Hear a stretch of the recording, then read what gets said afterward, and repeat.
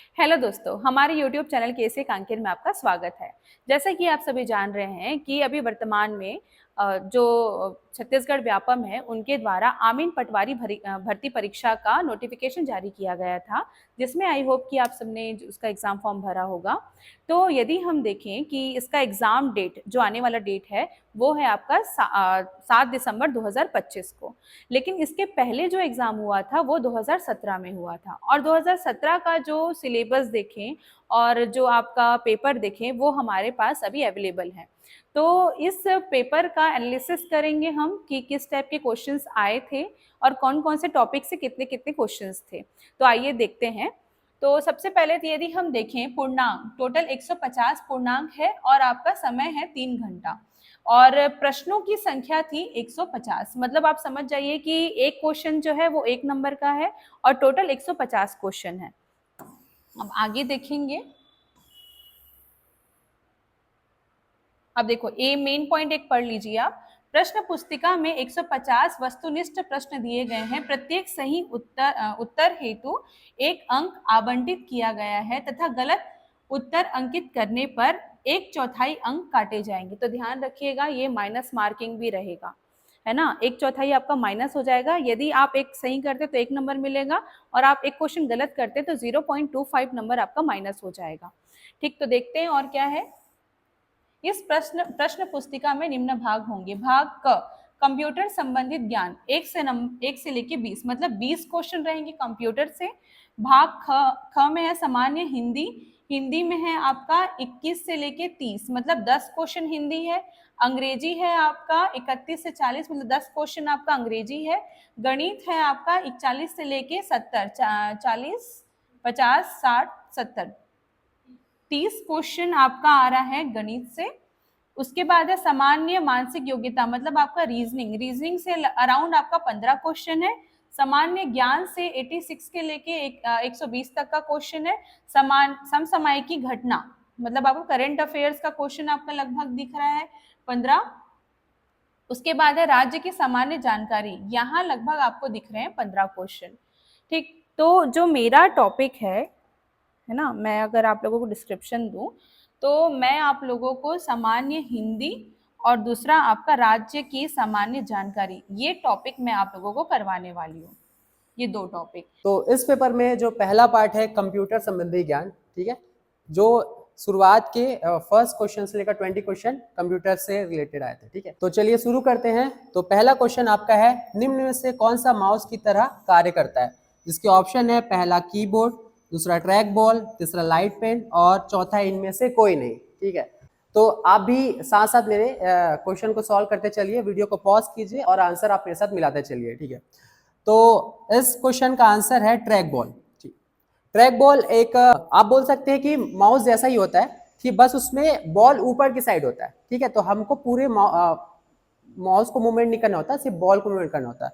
और अगर माउस की बात की जाए तो माउस में नीचे बॉल होता है, तो हमको होल बॉडी को मूवमेंट करना पड़ता है। अब अगला क्वेश्चन करते हैं। दूसरा क्वेश्चन है, बूट वायरस के लिए निम्न में से कौन कौन से कथन सही हैं? ठीक है, तो पहला है, यह एक कंप्यूटर प्रोग्राम है। दूसरा, यह बूट रिकॉर्ड को संक्रमित करता है। तीसरा, कंप्यूटर बूटिंग के समय यह सबसे ज्यादा क्रियाशील होता है। और चौथा, उपयुक्त में उपयुक्त सभी। तो इस क्वेश्चन का आंसर है डी, उपयुक्त में सभी। ठीक है, तो आप देखिए जो पहला ऑप्शन है, यह कंप्यूटर प्रोग्राम है, जो कि सही है। ठीक, तो ऑप्शन सेकंड है आपका, जब कंप्यूटर स्टार्ट होता है, ठीक है, तो ये वायरस है जो उसके बूट सेक्टर को इन्फेक्ट कर देता है। तो ऑप्शन सी, ठीक है, कंप्यूटर बूटिंग के समय यह सबसे ज्यादा सक्रिय होता है या क्रियाशील होता है, जो कि सही है, क्योंकि उसी समय यह सबसे ज्यादा उसको इन्फेक्ट कर पाता है। क्वेश्चन नंबर 3 है, फॉन्ट और स्टाइल बदलने के लिए किस मेनू को सिलेक्ट करते हैं? ठीक है, ऑप्शन ए है फाइल मेनू, ऑप्शन बी है एडिट मेनू, ऑप्शन सी है फॉर्मेट मेनू और ऑप्शन डी है टूल्स मेनू। ठीक है, तो इस क्वेश्चन का सही जवाब है ऑप्शन सी, फॉर्मेट मेनू। बाकी जो ऑप्शन है, ठीक है, वो है फाइल मेनू। फाइल मेनू का उपयोग हम लोग फाइल को ओपन करने के लिए, कोई नई फाइल क्रिएट करने के लिए या फाइल को सेव करने के लिए करते हैं। दूसरा है एडिट मेनू। इस ऑप्शन को आप कट कॉपी पेस्ट के नाम से भी जानते हैं, जिसमें हम फाइल को कट कर सकते हैं, कहीं पर पेस्ट कर सकते हैं। फॉर्मेट मेनू का काम होता है किसी फॉन्ट को बोल्ड करना, इटैलिक करना, या उस पैराग्राफ को थोड़ा सा आप सुंदर बना सकते हैं। ठीक है, टूल्स मेन्यू का काम होता है स्पेलिंग चेक करने का, ठीक है, उसका मोस्टली काम वही होता है, ठीक है। चलिए नेक्स्ट क्वेश्चन की तरफ बढ़ते हैं, क्वेश्चन नंबर 4, ठीक है। हॉट बोर्ड निम्न का उदाहरण है। ऑप्शन ए है वेब गेम्स, ऑप्शन बी है सोशल नेटवर्क्स, ऑप्शन सी है सर्च इंजन्स, या ऑप्शन डी है इनमें से कोई नहीं। इस क्वेश्चन का सही जवाब है सर्च इंजन। अब क्वेश्चन नंबर 5 है, निम्न में से कौन सा हैकिंग टूल साधन नहीं है, ठीक। ऑप्शन ए है एनमैप, ऑप्शन बी है नेक्सस, ऑप्शन सी है विनजैपर, या ऑप्शन डी है ऑबनम, ठीक है। तो अगर आप सभी इसके बारे में अगर थोड़ा बहुत जानते होंगे तो ये तीनों जो टूल है एनमैप, नेक्सस, विनजैपर, ये तीनों हैकिंग के लिए यूज होते हैं या पेन टेस्टिंग के लिए यूज होते हैं। बस इकलौता ये ऑबनम है जो कि किसी फाइल को स्टोर करने के लिए यूज होता है। तो इस ऑप्शन क्वेश्चन 5 का सही जवाब है ऑप्शन डी। तो क्वेश्चन नंबर 6 है, कंप्यूटर का उपयोग करने का यह लाभ है कि ऑप्शन ए कंप्यूटर बहुत तेज होते हैं और बड़ी मात्रा में डेटा स्टोर कर सकते हैं, ऑप्शन बी जब इनपुट गलत हो तब भी कंप्यूटर सटीक आउटपुट देता है, ऑप्शन सी कंप्यूटर अनमय तैयार किए गए हैं, या ऑप्शन डी उपरोक्त में सभी, ठीक है। तो इस क्वेश्चन का सही जवाब है ऑप्शन ए कि कंप्यूटर बहुत तेज होते हैं और बड़ी मात्रा में डेटा स्टोर कर सकते हैं। ऑप्शन बी क्यों सही नहीं हुआ, क्योंकि कंप्यूटर में अगर आप डेटा गलत फिट करोगे तो आपको आउटपुट भी गलत ही देगा, ठीक है। तो ऑप्शन सी यहाँ पर लिखा कंप्यूटर अनमय तैयार किए गए, मतलब इनफ्लेक्सिबल, जबकि कंप्यूटर फ्लेक्सिबल होते हैं, हम जिस टाइप का भी उसमें सॉफ्टवेयर डालेंगे वो वैसा ही काम करेगा, ठीक है। चलिए आगे बढ़ते हैं, क्वेश्चन नंबर 7 है, एक छवि का एक कम आकार के संस्करण क्या कहलाता है। ऑप्शन ए है क्लिप आर्ट, ऑप्शन बी है बिट मैप, ऑप्शन सी है थंबनेल, ऑप्शन डी है पोर्टेबल नेटवर्क ग्राफिक्स, ठीक है। तो इस क्वेश्चन का सही जवाब है थंबनेल, ठीक है। थंबनेल क्या होता है, एक बड़ी लार्ज पिक्चर को हम छोटा या रिड्यूस करके पिक्चरों में कन्वर्ट करते हैं, तो यही है कम आकार का संस्करण, ठीक है।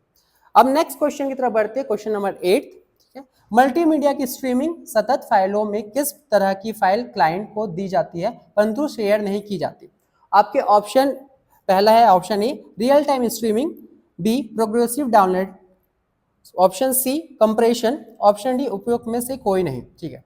तो इसका सही जवाब है option A real time streaming. जब हम कभी भी स्ट्रीमिंग करते हैं तो उसमें डाउनलोड का कोई ऑप्शन होता है, आपको लाइव उस चीज को देखना पड़ता है, ठीक है, अगर जब तक उसको सोर्स की तरफ से उसको अलाउ ना किया जाए, ठीक है। बाकी प्रोग्रेसिव डाउनलोड में आपको डाउनलोड का ऑप्शन मिलता है, कंप्रेशन में भी आपके पास अगर फाइल होगी तभी आप उसको कंप्रेस कर सकते हैं। चलिए आगे बढ़ते हैं नेक्स्ट क्वेश्चन। तो 9th क्वेश्चन है, एक्सेल में डिफॉल्ट व्यू खालिस्तान व्यू है। ऑप्शन ए है वर्क, ऑप्शन बी है प्रिंट, ऑप्शन सी है नॉर्मल, ऑप्शन डी है ऑटो, ठीक है।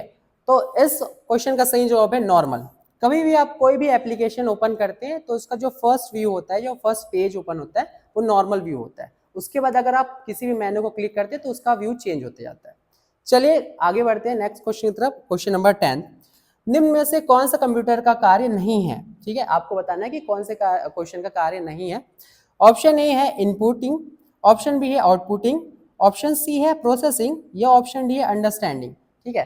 तो ये क्वेश्चन बहुत इजी है, आप इसको आराम से कर सकते हैं अगर आपने थोड़ा बहुत भी कंप्यूटर का नॉलेज होगा, क्योंकि कंप्यूटर इनपुट भी कर सकता है, आउटपुट भी कर सकता है और प्रोसेस भी कर सकता है। बस कंप्यूटर क्या नहीं कर सकता, थिंक नहीं कर सकता, खुद से सोच नहीं सकता, आपको खुद उसको कोई ना कोई इनपुट देना पड़ेगा, कोई ना कोई आदेश देना पड़ेगा, तभी वो काम करेगा। चलिए ठीक है, तो इसका आंसर है अंडरस्टैंडिंग, ठीक है। चलिए नेक्स्ट क्वेश्चन की तरफ बढ़ते हैं। तो 11वां क्वेश्चन है, ऑप्टिकल डिस्क डीवीडी का पूर्ण नाम क्या है, ठीक है। ऑप्शन ए है digital volume disc, option B है digital versatile disc, option C है digital visual disc, option D है डिजिटल वेक्टर डिस्क, ठीक है। तो इस क्वेश्चन का सही जवाब है डिजिटल वर्सेटाइल डिस्क, ठीक है, या आप उसको शॉर्ट फॉर्म में बोल सकते हैं डीवीडी। चलिए नेक्स्ट क्वेश्चन तक बढ़ते हैं, क्वेश्चन नंबर 12 यह एक आउटपुट डिवाइस नहीं है, ठीक है, ये ध्यान दीजिए कि यहाँ पर नहीं पूछा है, ठीक है। ऑप्शन ए है multi function printer, option B है फ्लैक्स मशीन, ऑप्शन सी है वेब कैमरा, ऑप्शन डी है प्लॉटर, ठीक है। तो इस क्वेश्चन का सही जवाब है वेब कैमरा, क्योंकि बाकी तीनों जो ऑप्शन है ए बी डी ये सारे आउटपुट डिवाइस हैं, बल्कि वेब कैमरा ऐसा है जो इनपुट लेता है। चलिए आगे बढ़ते हैं नेक्स्ट क्वेश्चन पर। क्वेश्चन नंबर 13 है, सामान्यतः लिनक्स एक खालिस्तान प्रकार का सॉफ्टवेयर है। आपके ऑप्शन है option A open source, option B व्यावसायिक, ऑप्शन सी मालिकाना, या ऑप्शन डी शेयरवेयर, ठीक है। तो लिनक्स एक ओपन सोर्स सॉफ्टवेयर है जो कि अपने यूजर को ये अलाउ करता है कि उसमें खुद से चेंज कर सके, ठीक है। तो ऑप्शन ए आपका राइट आंसर है, ठीक है। नेक्स्ट क्वेश्चन है 14, यह एक एंटीवायरस सॉफ्टवेयर नहीं है। यहां भी ध्यान दीजिएगा, यहां पर नहीं पूछा गया। आपके ऑप्शन ए है कैस्परस्काई, ऑप्शन बी है एवीजी, ऑप्शन सी है डूम्सडे, ऑप्शन डी है नॉर्टन, ठीक है।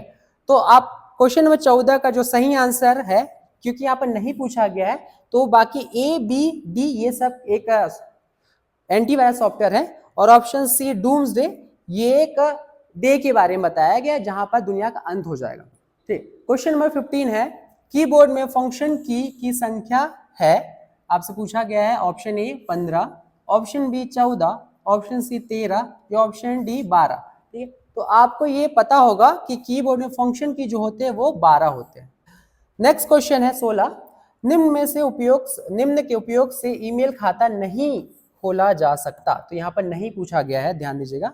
ऑप्शन ए है जीमेल, ऑप्शन बी है amazon.com, ऑप्शन सी है yahoo.com या ऑप्शन डी है rediffmail.com, ठीक है। तो अगर आपको इसके बारे में थोड़ा भी नॉलेज होगा तो आप जान सकते हैं कि Gmail, option A, option C Yahoo और ऑप्शन डी रेडिफमेल, ये तीनों एक ईमेल ही है। बस ऑप्शन बी अमेजोन ये एक शॉपिंग वेबसाइट है, ठीक है। तो इस क्वेश्चन का सही जवाब होगा ऑप्शन बी। चलिए आगे बढ़ते हैं नेक्स्ट क्वेश्चन। क्वेश्चन नंबर 17 है मानक भंडारण क्षमता के अनुसार निम्न में से कौन सा गलत है। यहाँ पर गलत पूछा गया है। ऑप्शन ए है floppy disk 144 MB, option B है CD 700 MB, option C DVD 4.7 GB, option D Blu ray disk 25 GB, ठीक है। तो इस क्वेश्चन का सही जवाब है ऑप्शन ए फ्लॉपी, क्योंकि फ्लॉपी डिस्क का जो एक्चुअल भंडारण क्षमता होता है 1.44 MB होता है, ठीक है। चलिए नेक्स्ट क्वेश्चन की तरफ बढ़ते हैं। Question number 18 real time system में जरूर होता है, ठीक है। Option A non preemptive kernel, option B preemptive kernel, option C A और बी दोनों, ऑप्शन डी इनमें से कोई नहीं, ठीक है। तो इस क्वेश्चन का जो सही जवाब है वो है option B preemptive kernel, ठीक है।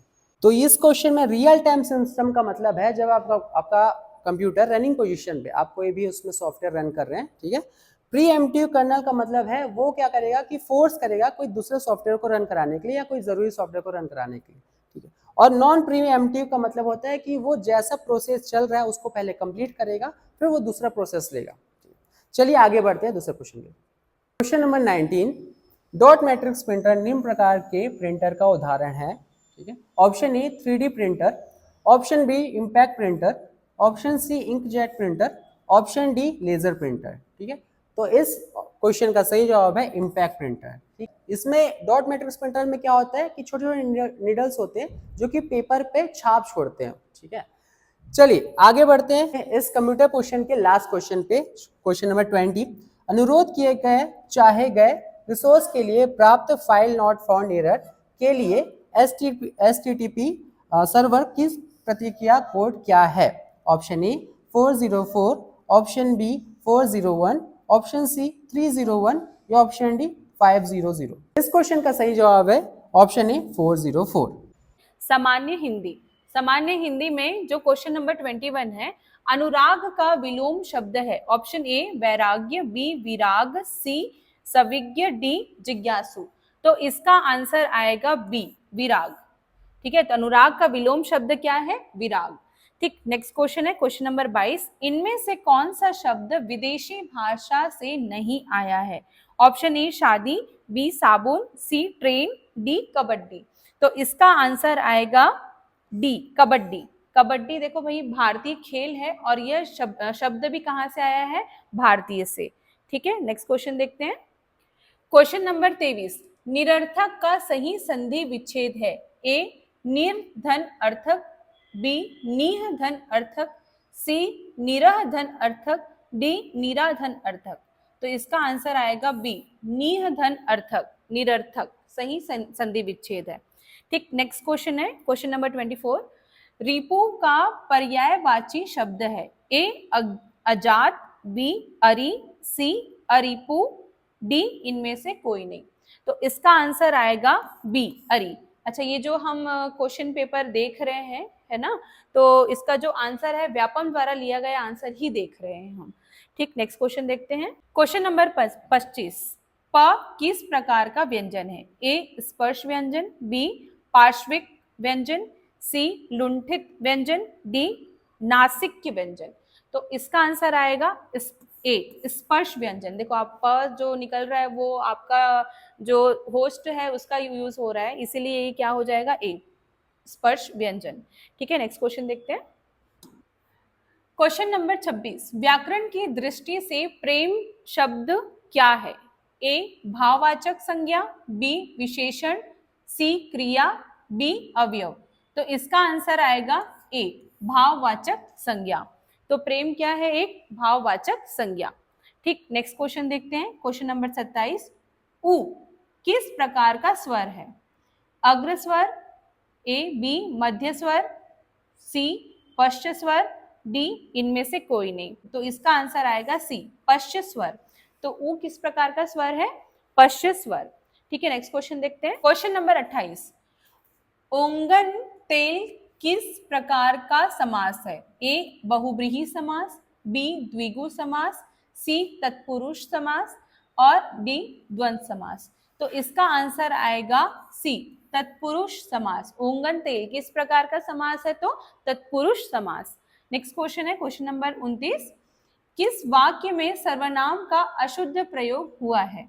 ए वह स्वयं यहाँ नहीं आना चाहती है, बी आपके आग्रह पर दिल्ली जा सकता हूँ, सी मैं तेरे को एक घड़ी दूंगा, डी मुझे इस बैठक की सूचना नहीं थी।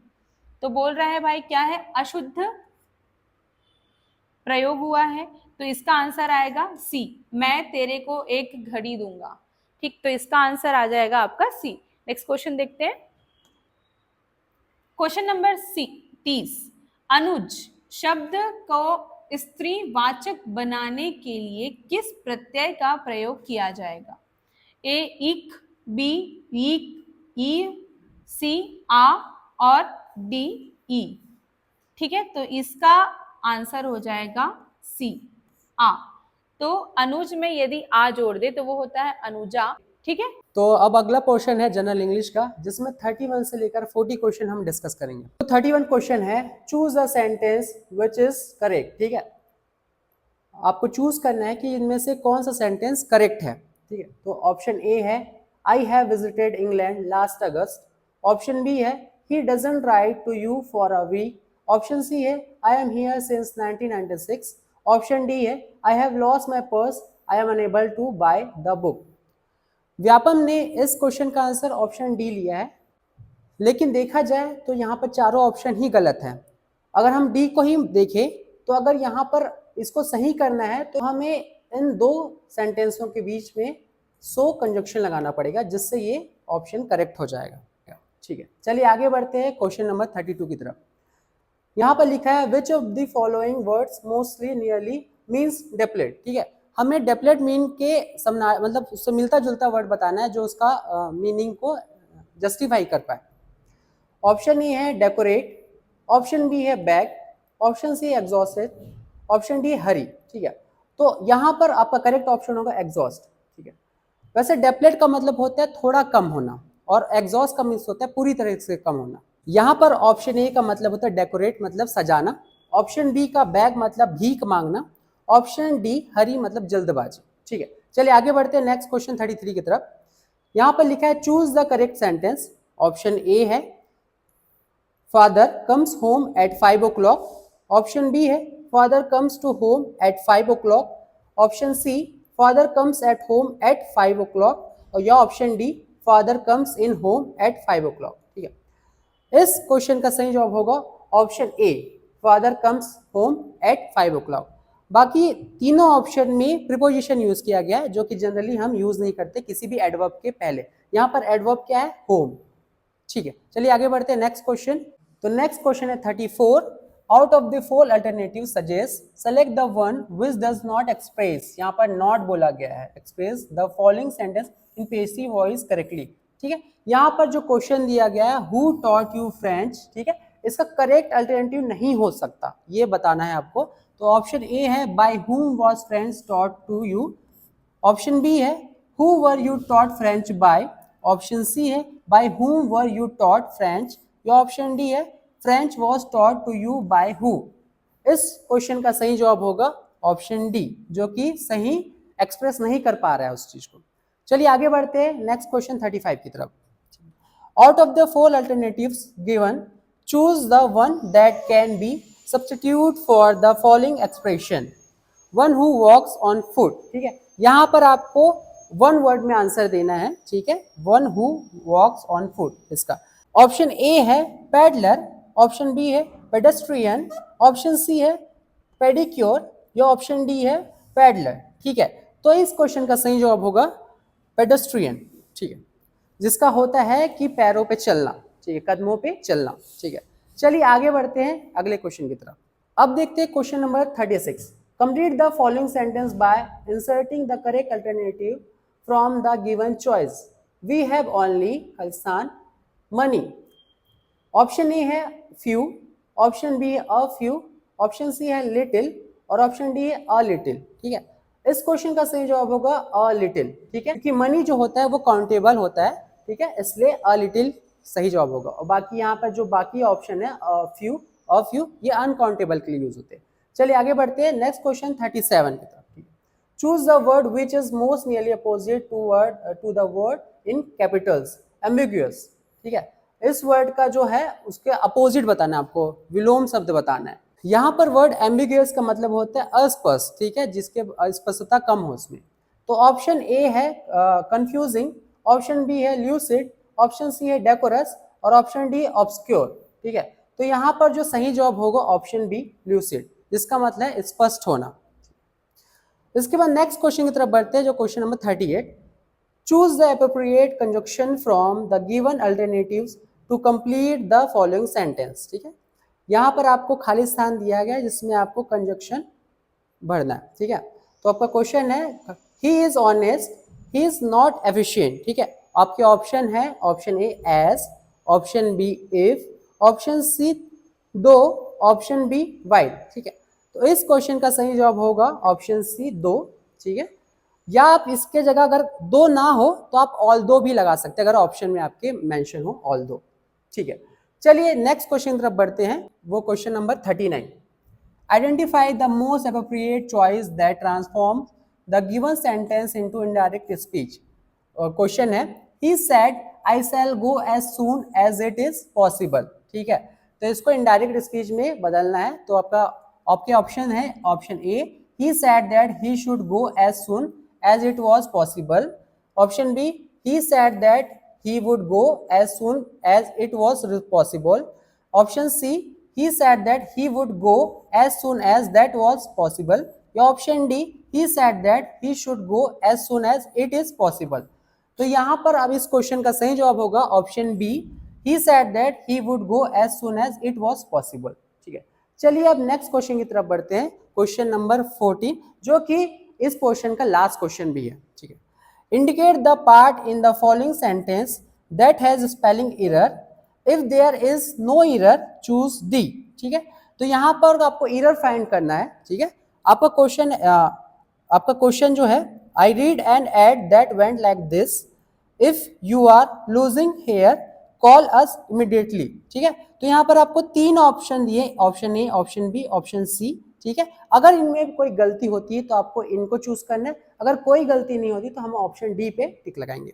तो यहाँ पर आप देखिए, यहाँ पर लूजिंग जो लिखा है इसका स्पेलिंग मिस्टेक है। ठीक है, लूजिंग का जो स्पेलिंग होता है वो डबल ओ की जगह एक ओ रहेगा, लूजिंग। ठीक है, तो यहाँ पर जो गलत पार्ट है वो ऑप्शन बी है। तो आपका जो करेक्ट आंसर है ऑप्शन बी। देखो ये जो क्वेश्चन नंबर 41, 42 ये सामान्य गणित का यहाँ से स्टार्ट हो रहा है। इसके पीछे का तो पार्ट आप देख रहे होंगे। ये रीजनिंग टाइप का क्वेश्चन दिया हुआ है कि कुछ एक डेटा दिया हुआ है कि कुछ दोस्त यहाँ गए और उसके साथ कुछ जानकारी दी हुई है, उससे रिलेटेड आपको सवाल पूछा गया। देखो पहला स्टेटमेंट क्या है, ये जो स्टेटमेंट दिया हुआ है जैसा दिया हुआ है वैसा लिखते हैं। गणेश ने अक्षय से 8 कम खाए, तो अक्षय से 8 कम हो गया। दिलीप और राजा ने मिलकर के 37। जूली ने दिलीप से 8 ज्यादा खाए, तो जूली जो है वो दिलीप प्लस 8 कर देते हैं। अक्षय ने दिलीप से 5 ज्यादा खाए, दिलीप प्लस 5। और अक्षय और गणेश ने मिलकर 40 खाए, तो अक्षय और गणेश ने मिलकर 40 खाए। तो यहाँ पे हमें इसमें से निकालना है सारे का इंडिविजुअली, तभी हमें पता चलेगा कि ये दोनों ने मिलकर कितने रसगुल्ले खाए। तो पहला क्या करना है, देखो अक्षय और यहाँ पे ये गणेश का मिल रहा है, यहाँ पे हमें रिलेशन अक्षय और माइनस गणेश करते हैं तो ये हमें मिलता है 8 ऊपर से, ये वाला इक्वेशन से, और अक्षय और प्लस गणेश का ये मिलता है 40। एक ही क्वेश्चन से यहाँ से आप कट करोगे तो 2a इक्वल टू कितना हो जाएगा 48, तो a इक्वल टू 24। मैं डायरेक्ट कर रहा हूँ, आपको ये सब छोटी छोटी चीजों को सॉल्व खुद से करना है। माइनस करेंगे 2a equal to 48, a equal to 24, तो a 24 हो गया तो g कितना हो जाएगा, g इसमें से माइनस कर देंगे 24 को, तो g आ जाएगा आपका यहाँ पर 16। तो अक्षय आ गया 24, गणेश आ गया 16, यहाँ से और निकाल लो। देखो अक्षय आ गया यहाँ पे 24, तो दिलीप का कितना हो जाएगा, 24 में से 5 घटा देंगे तो 19, और जूली का कितना हो जाएगा, दिलीप का 19 है, इसमें से 8 जोड़ देंगे तो 27, और बच गया राजा, तो इसमें से 37 में से दिलीप का माइनस कर दो, 37 में से माइनस करेंगे तो कितना होगा, राजा का 37 में से माइनस कर देंगे दिलीप यानी कि 19 को, तो 19 में से 37 माइनस करेंगे तो कितना हो जाएगा 18। सबका आ गया इंडिविजुअल। जूली और दिलीप ने मिलकर कितने रसगुल्ले खाए, तो देखो जूली का है 27 और दिलीप का है आपका 19, तो 27 और 19 को जोड़ देंगे तो ये आपका आ जाता है 46। ऐसे क्वेश्चन पजल टाइप के क्वेश्चन रहते हैं, 3 या 4 क्वेश्चन ऐसे आते हैं एक से, इसमें 2 क्वेश्चन दिए हुए हैं, ऐसा रीजनिंग का क्वेश्चन है टिपिकली, और इससे 3-4 क्वेश्चन बनते हैं एक साथ। तो आपका एक बार यदि पजल सॉल्व हो गया तो इसमें सब कुछ भी पूछा जाए। अब हो सकता है 2 का रेशियो पूछ दे, 2 का औसत पूछ दे, तीनों का मिला करके कुछ भी पूछा जा सकता है। ये 2 का आ गया। अब एक रसगुल्ले की कीमत, अगला सवाल है, एक रसगुल्ले की कीमत 2 है, तो उन दोस्तों ने कुल कितना बिल अदा किया, तो हमें टोटल निकालना होगा, और टोटल हमारे पास इंडिविजुअल है, सबको जोड़ते जाओ। तो देखो 24 और 16 ये हो गया 40, 40 और आपका ये 19, 27 और ये 18, ये सबको ऐड करने पे आपको मिलेगा 104। 104 का डबल करेंगे तो ये मिलता है 208। ये सब मौखिक करना है, ये सब कैलकुलेशन बड़े छोटे छोटे आसान कैलकुलेशन है। तो अगला सवाल है, जब 2 का पावर 2017 को 5 से विभाजित किया जाए तो शेषफल क्या होगा। अब देखो 2 का पावर, यदि ये हम पावर साइकिल के क्लासेस में हम लोग डिस्कस किए थे कि जब पावर साइकिल चलता है तो 2 का पावर साइकिल कितने का होता है। मान लो कि 2 का पावर 1 है तो ये कितना होगा, 2 होगा। 2 का पावर 2 कितना है, 4। 2 का पावर 3 8, 2 का पावर 4 16, 2 का पावर 5 32, और ये पावर साइकिल ऐसे रिपीट हो रहा है। देखो 2 4 8 और यहाँ पे 6 आ रहा है, इसके बाद फिर से 2 आ रहा है। यदि हम 2 का पावर 6 करें तो ये 64 आ गया, यानी फिर से 4 आ रहा है, यानी इसके बाद फिर 8 आएगा। 64 का डबल 128, 2 का पावर 7 128। तो ये पावर साइकिल 4 के साइकिल में रिपीट होता है। हम इसे 4 से सीधा सीधा डिवाइड कर देंगे। जो पावर है 4 हर 4 बार में रिपीट हो रहा है, तो 4 से हम डिवाइड करेंगे किसको, 2017 को। 2017 को डिवाइड करेंगे तो हमारा जो रिमाइंडर है वो 1 आएगा। जो रिमाइंडर आएगा 1, तो 2 का पावर 1 जो है वही हमारा आंसर है, यानी कि पावर साइकिल के हिसाब से हमारा जो शेषफल है वो आएगा 2।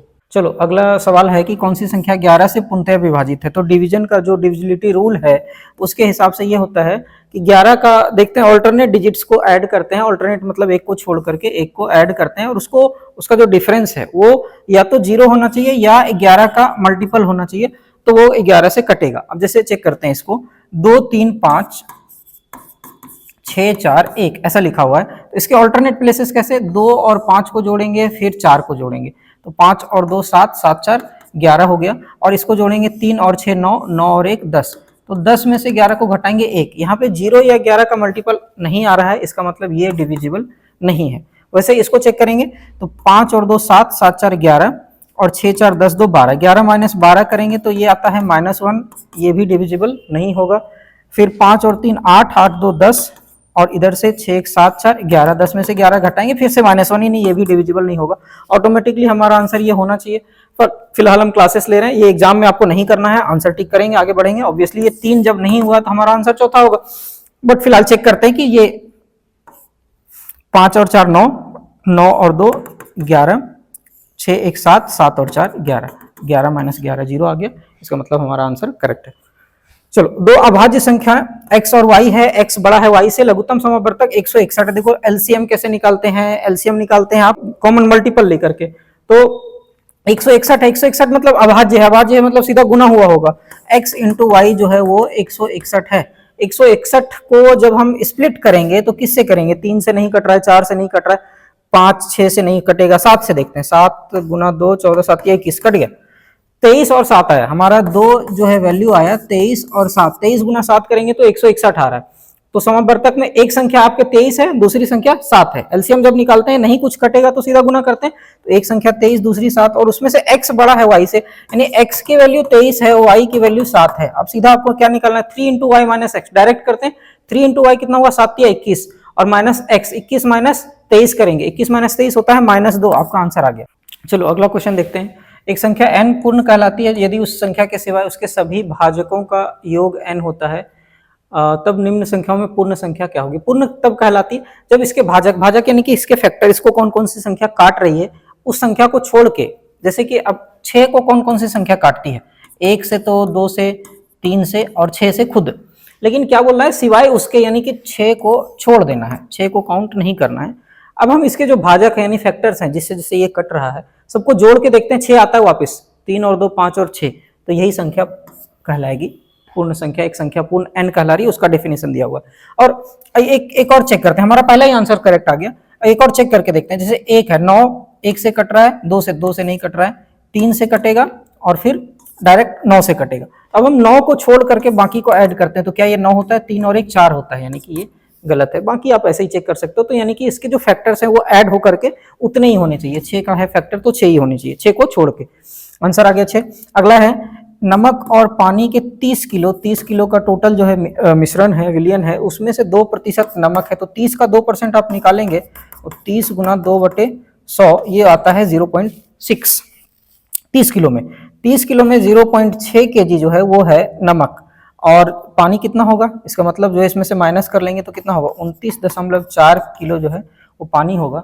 और इसमें शुद्ध नमक और कितना मिलाया जाए कि यह प्रतिशत 10 हो जाए, यानी कि अब देखो इसमें से 0.6 में हम ऐड कर देते हैं x kg नमक, और हमें किसे कंपेयर करना है, 29.4 ये टोटल पानी है, और ये होना चाहिए 10%, इधर से 10 जब माइनस हो जाएगा तो ये कितना होगा, 10/90, 100 में से 10 माइनस हो जाएगा तो 90। अब यहाँ से आप x की वैल्यू सॉल्व करके बताओ क्या होगा, तो जब आप सॉल्यूशन करेंगे तो यहाँ से x का मान आएगा, कमेंट सेक्शन में बताना, यहाँ से x का मान आ गया 2/3।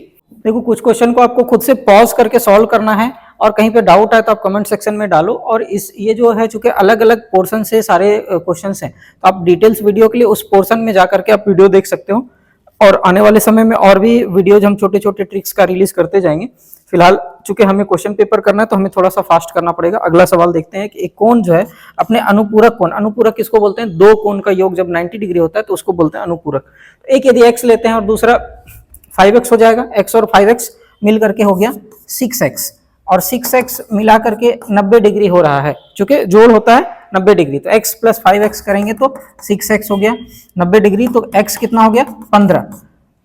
उसका माप कितना है, एक अनुपूरक कोण का 5 गुना है, तो 15 गुना 5 75, एक 75 दूसरा 15, 75 15 90 हो जाता है, तो यह आ गया आपका अनुपूरक कोण। चलो अगला क्वेश्चन देखते हैं कि लंबवृत्तीय शंकु, शंकु क्या होता है, ये जो आपका कोण है इसको शंकु बोलते हैं। इसका जो आधार की त्रिज्या ये r है और ये है इसकी हाइट, तो इसकी ऊंचाई जो है दी हुई है 7 सेंटीमीटर और त्रिज्या 7 सेंटीमीटर, ऊंचाई 24 है। तो शंकु का आयतन क्या होगा, इसका फॉर्मूला आपको पता होना चाहिए, 1/3 πr² होता है, जहां पाई की वैल्यू होती है 22/7, 1/3 22/7, और r की वैल्यू कितनी है, r है 7 × 7 और ये है ऊंचाई 24, सीधा सीधा है, गुना भाग करना है, काटो पिटो, आंसर आ जाएगा आपका 1232। ये आपका सी ऑप्शन हो गया।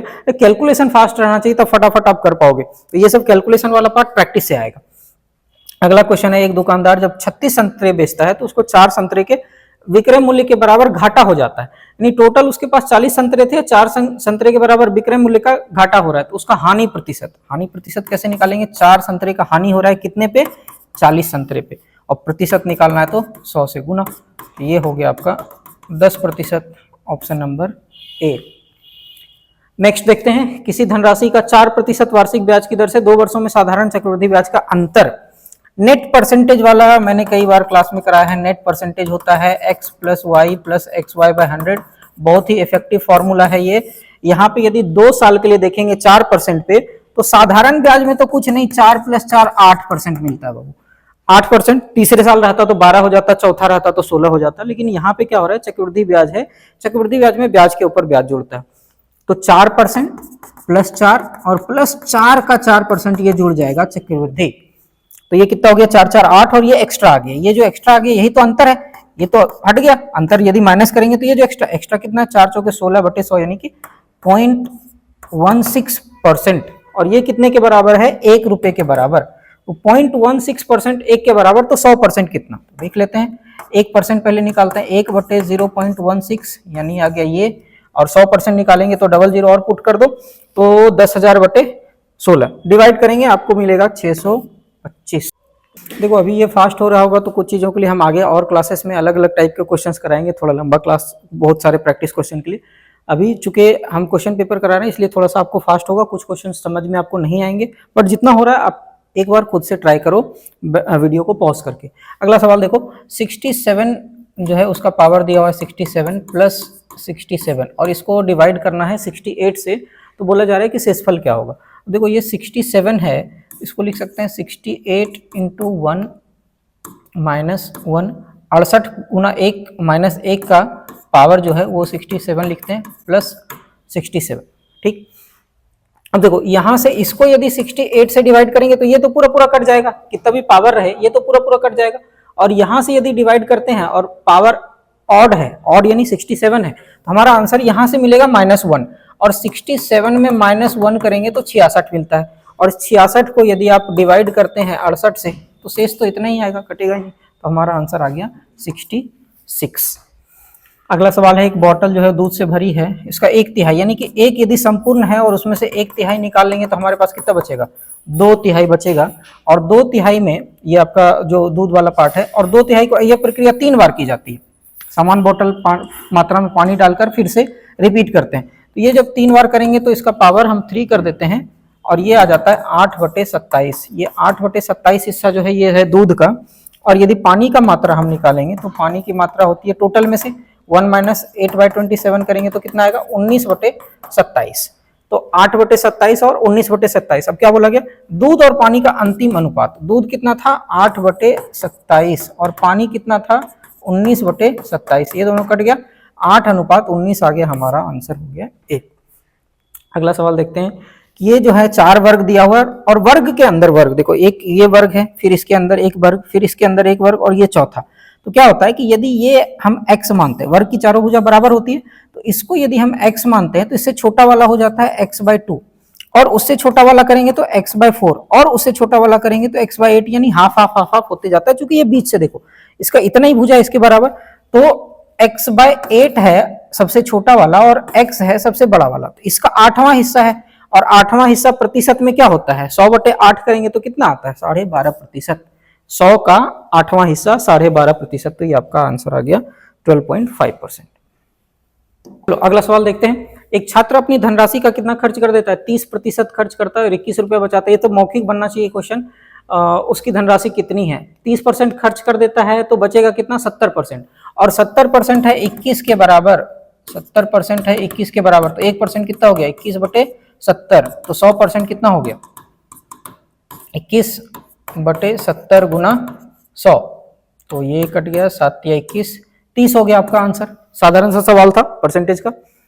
2 अंकों की बनी सभी संख्याओं का योग जो कि 5 से विभाजित हो जाती है। 2 अंकों की सभी संख्या जो 5 से, अच्छा 2 अंकों की संख्या, 5 का मल्टीपल सारा 5 से डिवाइड होगा, 5, 10, 15, 20, कहां तक जाएगा, 100 तक। 100 तक नहीं जाना है, 2 अंकों की है, 100 नहीं लेंगे। 5 को लेंगे, नहीं लेंगे, ये भी 2 अंक में नहीं है, तो 2 अंक में कहां से है, 10 से लेकर के लास्ट जाएगा 95। 10 से लेकर के 95 को सबको जोड़ना है, तो कैसे जोड़ेंगे, देखो 5 को हम कॉमन ले लेते हैं, 2, 3, 4 और 19 पंचे 95, तो 2 से लेकर के 19 तक को जोड़ना। अच्छा 1 से लेकर के 19 जोड़ना रहता तो अब n × n + 1/2 करते हैं, आपको पता होगा 19 गुना 20/2, ये 1 से होता तब, उसमें से 5 हम माइनस कर लेंगे, 1 माइनस कर लेंगे बाद में, तो ये कितना हो गया, 19 n × n + 1 यानी कि 19 + 1 20/2, ये 2 है सॉरी, तो 2 से कट गया तो 190 आ गया, और 190 में 1 हमने एक्स्ट्रा जोड़ा था, ये 1 से 1 के साथ ऐड कर लिया था, तो 190 में से 1 घटाएंगे, 189 और ये 5 हमारा गुना करना था। 189 में 5 को गुना करेंगे तो कितना हो जाएगा 19 पंचे 95, 950 माइनस 5 यानी कि 945 आपका आंसर है। एक बार आप थोड़ा सा स्लो करके देखना, समझ में आएगा। हमारा 2 अंकों की संख्या का जो कि 5 से विभाजित होना है, तो 1 अंक वाला नहीं ले रहे हैं, 3 अंक वाला नहीं ले रहे हैं, 10 से लेकर के 95 तक जोड़ना है। हमें कैसे जोड़ना है, हमने कॉमन ले लिया 5 को, 2 से लेकर के 19 तक जोड़ना है। हमने 1 से 19 तक जोड़ दिया और 1 को फिर माइनस कर लिया। माइनस करने के बाद हमारा आंसर आया 189 और 5 बाहर गुना करना था तो आंसर आ गया 945। ये बहुत इजी सवाल है। कौन सा सही है, देखो नेगेटिव है और नेगेटिव नंबर जो है वो छोटा होता है, ये जो है ये बड़ा नहीं है, इससे छोटा है। नेगेटिव नंबर जब भी आएगा तो आपका आंसर कौन सा होगा, देखो यहाँ दिख रहा है -3, -16। पॉजिटिव नंबर आता तो ऑब्वियसली कोई बात ही नहीं थी। अगला सवाल, वृत्त की परिधि 2πr होता है, एकदम आंख बंद करके करना है। 2πr है, r त्रिज्या है, यहाँ पे व्यास दिया हुआ है तो व्यास का त्रिज्या होता है आधा। तो ये 7 या 21, 22 गुना 6 कर लो, 22 गुना 6 होता है 132। एक लाइन में ये सब सवाल बनना चाहिए। 2πr, r मतलब वृत्त की त्रिज्या और व्यास जो होता है, ये वृत्त में ये हो गया आपका व्यास और ये हो गई त्रिज्या, उसका आधा, आधा हो गया 21। 2πr में डाले, आंसर आ गया 132। टाइम एंड डिस्टेंस का क्वेश्चन है। निश्चित एक आप वीडियो को पॉज करके हमेशा क्वेश्चन को आपको पढ़ना है, ठीक है। एक आदमी निश्चित स्थान से 30 घंटे में पहुंचता है, अपनी गति को 1/15 कम कर देता है, तो 10 किलोमीटर की दूरी निर्धारित समय से कम समय में तय करता है, तो उसकी गति कितनी है। अब देखो 30 घंटे का वो सफर तय कर रहा है और अपनी गति को 1/15 भाग यदि कम कर दे तो 10 किलोमीटर की निर्धारित दूरी समय से कम तय करता है। देखो यदि उसकी गति 30 घंटे में वो पूरी दूरी तय करता है, यदि उसकी गति 15 है और 1/15 से कम करता है तो एक भाग कम कर लेता है, तो 15 से 14 पे आ जाता है एक भाग। और एक भाग में 10 किलोमीटर की दूरी निर्धारित समय से कम तय करता है, तो एक भाग में 10 किलोमीटर की दूरी आ गई, तो 15 भाग में कितने की दूरी आएगी, 15 भाग में 150 किलोमीटर, यानी कि उसका एक्चुअल डिस्टेंस जो था वो तय करना था। और 30 घंटे में 150 का डिस्टेंस तय करता है, तो 150/30 कितना हो गया, 5 किलोमीटर प्रति घंटा की उसकी चाल थी। टोटल डिस्टेंस हमारा आया 150। क्यों, क्योंकि 15 जो उसकी स्पीड है उसमें से 1/15 भाग कम कर लेता है, तो 15 का 1/15 कितना होता है, एक हिस्सा कम किया तो 10 किलोमीटर का डिफरेंस। तो 15 किलोमीटर में 150 किलोमीटर का टोटल डिफरेंस, यानी टोटल डिस्टेंस 150 किलोमीटर को 30 घंटे में तय करने का मतलब है 5 किलोमीटर प्रति घंटा की चाल थी उसकी। सूर्य चतुर्भुज क्या होता है, देखो वृत्त के अंदर जो चतुर्भुज है जिसके चारों सिरे जो है वृत्त की परिधि से लगते हैं, और यहाँ पे आपको क्या दिया हुआ है, ADC ये वाला एंगल दिया हुआ है 130 दिया हुआ है, और पूछा गया BAC यानी कि ये वाला एंगल पूछा गया।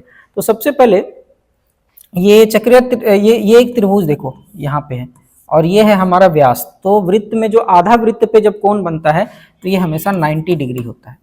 अर्धवृत्त का कोण हमेशा समकोण होता है, एक फॉर्मूला थ्योरी पढ़ते थे 7th 8th क्लास में, तो ये 90 डिग्री हो गया। और यहाँ पे ये हमारा 130 है, और इन दोनों को मिला के आमने सामने का चक्रीय चतुर्भुज के आमने सामने का कोणों का योग होता है 180 डिग्री। तो ये 130 है और ये वाला यदि हम निकाल लेते हैं तो ये ऑटोमेटिक निकल जाएगा। तो 130 है और चक्रीय चतुर्भुज में क्या होता है 180 डिग्री योग होता है, तो ये ऑटोमेटिकली कितना होना चाहिए 50। तो ये 90 हो गया, ये 50 हो गया, तो ये कितना होगा, त्रिभुज में देख लो 90 और 50, 9 और 5 से 14, 140 और 40 जोड़ेंगे तो 180। आगे आंसर। ये अब दो तरीके से आप सॉल्व कर सकते हैं। दो तरीके से कैसे सॉल्व कर सकते हैं, एक तो इक्वेशन बनाओगे x और y में, a की उम्र लेंगे, b की उम्र लेंगे और दोनों को सॉल्व करेंगे। दूसरा एक तरीका है, चलो ये क्वेश्चन आसान है लेकिन कैलकुलेटिव है, मैं ये आपके लिए छोड़ता हूं। इसमें दूसरा तरीका क्या है, पुट करते जाओ। जैसे b की वैल्यू वर्तमान उम्र पूछी गई, तो b की उम्र यदि हम 19 वर्ष मानते तो क्या ये करेक्ट है, ये इक्वेशन में रख करके देखो, फिर 29 रख करके देखेंगे, 39 रख करके देखेंगे और 49 रख करके देखेंगे। ये दो तरीके से सॉल्व होगा। आप एक बार कमेंट में बताओ इसका क्या आंसर आएगा।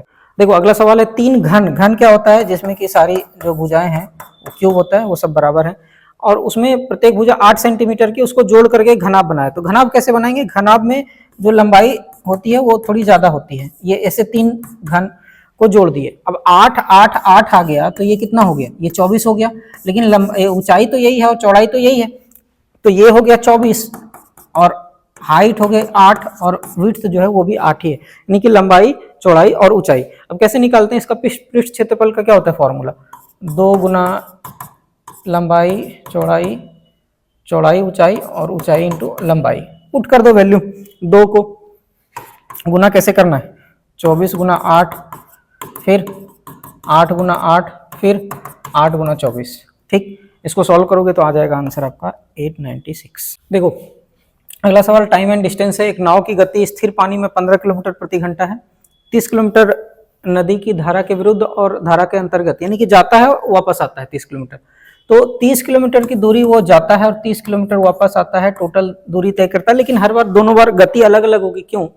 धारा के साथ जाने में धारा आपको सपोर्ट करेगा तो गति बढ़ जाएगी, धारा के विपरीत आने में आपको अगेंस्ट यानी कि धारा की स्पीड माइनस होगी। तो यहाँ पे उस व्यक्ति की चाल है 15, धारा की यदि x मानते हैं तो एक बार सपोर्ट किया जाएगा, कम टाइम लगेगा, 15 प्लस एक्स, और एक बार 15 माइनस एक्स। व्यक्ति सेम है, नाव, सॉरी व्यक्ति या नाव जो भी लो, बट यहाँ नाव दिया हुआ है, तो 30/15 प्लस एक्स एक बार की जो टाइमिंग है, दूसरी बार 30/15 माइनस एक्स, और दोनों टाइमिंग को मिला करके ये 4.5 घंटा यानी कि 9/2 घंटा। 4.5 घंटा को 4 घंटा 30 मिनट को क्या लिखते हैं, 9/2।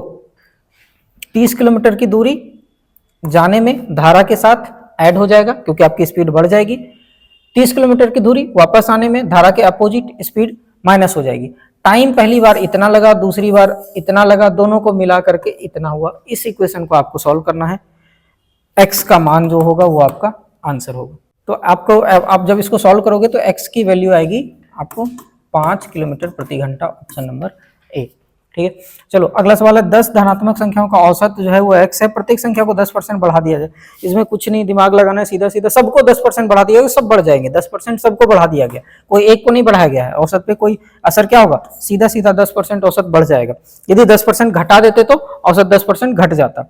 अब देखो ये वाला व्यंजक है, व्यंजक मतलब क्या करना है, इसको ये x माइनस वाई के फॉर्मेट में है और टोटल ऐड करना है। तो आपको देखो 2 का पावर है 1/4, पावर साइकिल इसमें हम लोग देखते हैं a का पावर x इंटू a का पावर y क्या होता है, a का power x plus Y, power जुड़ जाता है गुना करने पे यदि आधार समान हो तो। ऐसे केस में पावर घट जाता है डिवाइड करने से, और पावर के ऊपर यदि पावर हो तो ये हमारा हो जाता है मल्टीप्लाई हो जाता है। तो इसको क्या करेंगे, 2 का पावर जो 1/4 है उसको गुना करेंगे यहाँ से, फिर यहाँ से, फिर यहाँ से और फिर यहाँ से, ये 4 मल्टीपल होगा। ये सारी छोटे छोटे चीजें आपके मैं प्रैक्टिस के लिए छोड़ रहा हूँ, मैं आपको सिर्फ एक वे बता रहा हूँ, आपको प्रैक्टिस करके आंसर बताना है।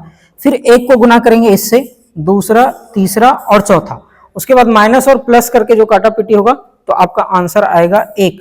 ये सारे डिटेल सॉल्यूशन आपको खुद से करने हैं, कुछ नहीं था इसमें। और जहां जहां पावर रहेगा वहां वहां पावर ऐड अप होगा। जैसे 2 का पावर 1/4 और 2 का पावर 3/4 को जब मैं गुना करूंगा तो ये क्या होगा, 1/4 और 3/4 होता है 4/4, यानी कट जाएगा तो ये सिर्फ 2 होगा, तो इसका 1 2 आया।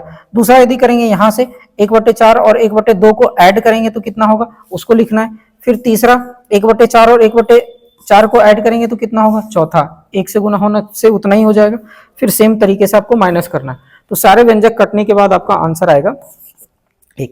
चलो अगला सवाल देखो, ये पावर अगेन पावर वाले में है 243 होता है 3 का पावर 5, यदि आपको बेसिक्स पावर पता है। और इसका 3 का पावर 5 और इसका 0.13, फिर से ये 3 का पावर 5 और 0.07, ठीक। और नीचे देखो ये सारे 7 के पावर में है, 7 का पावर 0.25, 7 का पावर 2 और इसके ऊपर 0.075, और ये 7 का पावर 3, 7 का पावर 3 होता है 343 और इसका 0.2। देखो ऊपर पावर ये दोनों अभी मैंने बताया था, a का पावर x इंटू a का पावर y गुना हो जाता है a का पावर x y, यानी कि ये दोनों गुना होगा तो 3 का कितना पावर हो जाएगा 0.65, और ये इसको यदि गुना करते हैं तो 3 का पावर 0.35 ऊपर का आ गया। नीचे क्या होगा देखो, 7 का पावर 0.25 एज इट इज रहेगा, इन दोनों को गुना करते हैं तो 7 का पावर 0.075 इंटू 2 हो गया 0.15, और ये 7 का कितना पावर हुआ 0.6। अब देखो इसको ऐड करो फिर से, पावर बेस सेम है, पावर पावर ऐड होगा 0.65 और 0.35, 65 पैसा और 35 पैसा 1 रुपया हो जाता है, यानी 3 का पावर 1 आ गया। और नीचे 25 पैसा, 15 पैसा और ये 0.6 यानी 60 पैसा, तो 25 और 15 40, 40 और 60 एक, अगेन 100 आ गया, 100 मतलब 1, 7 का पावर 1, 3 का पावर 1 3 ही होगा, 7 का पावर 1 7, 3/7। देखो अगला सवाल है, x का मान क्या होगा, एक ट्रायंगल दिया हुआ है, यहाँ पे 90 डिग्री है, इसका मतलब ये 90 डिग्री है, 90 डिग्री है 12 और 20। अब देखो एक कुछ ट्रिपलेट्स होते हैं जो आपको याद रखना है, जैसे 12 और 20 यदि ये दिया हुआ है तो हमको ये पहले पता होना चाहिए, तो 20 का स्क्वायर माइनस 12 का स्क्वायर अंडर रूट कर लेते हैं। कौन सा थ्योरम है, पाइथागोरस प्रमेय, पता है ना, कर्ण का स्क्वायर आधार का स्क्वायर प्लस लंब के स्क्वायर के बराबर होता है। तो 20 का स्क्वायर कितना होता है 400 और इसको करेंगे 144 आ गया 256 और इसका रूट आता है 16। तो यहाँ से ये आपका जो पूरा लंबाई है वो 16 है, बट हमें पूछा गया है x। अब सबसे पहले इसमें से फिर से एक ट्रिपलेट देखते हैं, यहाँ से ये 15 है और ये 12 है, तो इसको सबसे पहले निकालते हैं। तो 15 का स्क्वायर माइनस 12 का स्क्वायर करो, 15 का स्क्वायर होता है 225 और 12 का स्क्वायर 144, माइनस करो कितना आएगा, ये आ गया 81 और 81 को जब आप स्क्वायर रूट करेंगे तो ये आता है 9, यानी कि ये वाला वैल्यू जो है ये आपका आ गया 9।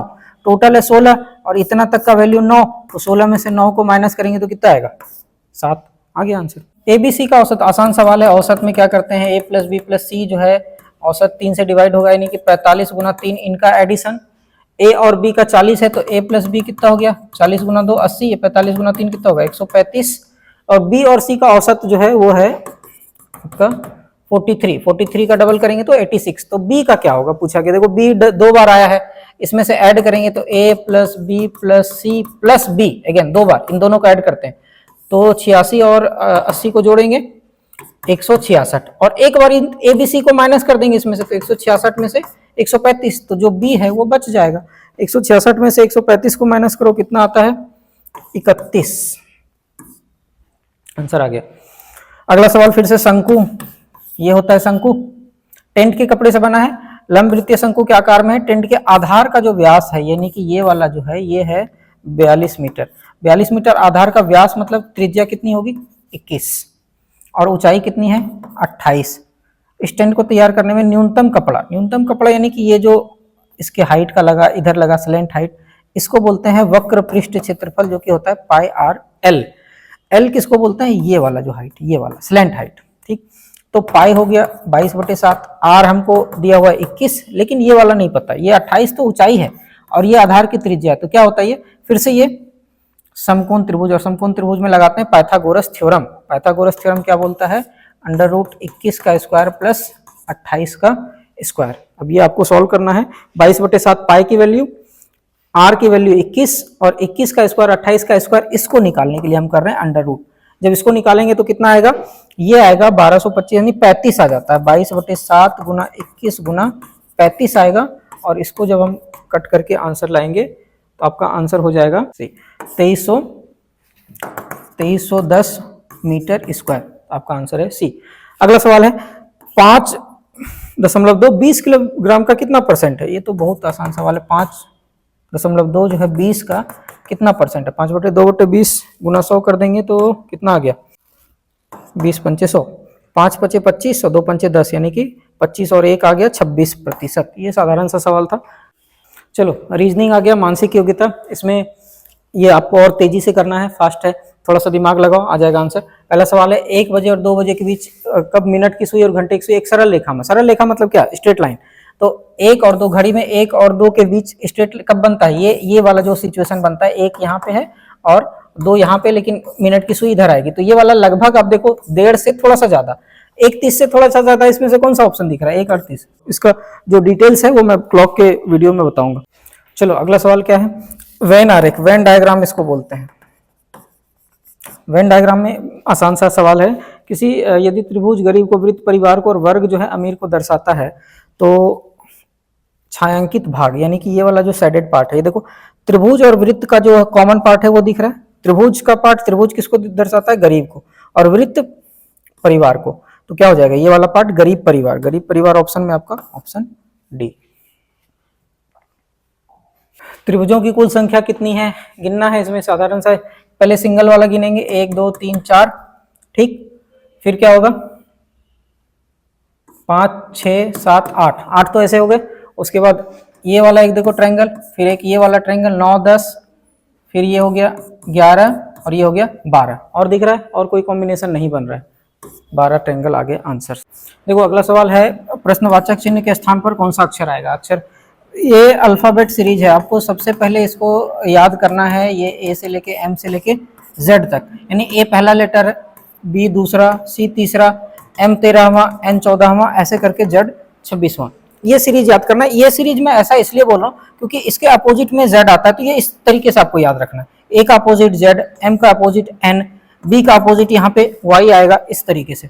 तो इसका वैल्यू कितना है? 2 है, इसका 4 है, इसका करोगे तो 7 आएगा, ये फिर से 7, 10 और एन जो है वो तेरा 14, आर जो है वो 18 है। तो यहाँ पे क्या आएगा? देखो अब यहाँ एक ट्रिक ये दिख रहा है कि यहाँ पे 2 का डिफरेंस है, यहाँ पे 3 का डिफरेंस है, 2 3, यहाँ पे फिर से 3 का डिफरेंस, ये 4 का डिफरेंस, फिर यहाँ पे 4 का डिफरेंस, तो यहाँ पे आना चाहिए 5 का डिफरेंस। तो आर में 5 यानी 18 में 5 जोड़ेंगे, 23वां अक्षर, 23वां अक्षर है आपका डब्लू, तो यहाँ आना चाहिए डब्लू।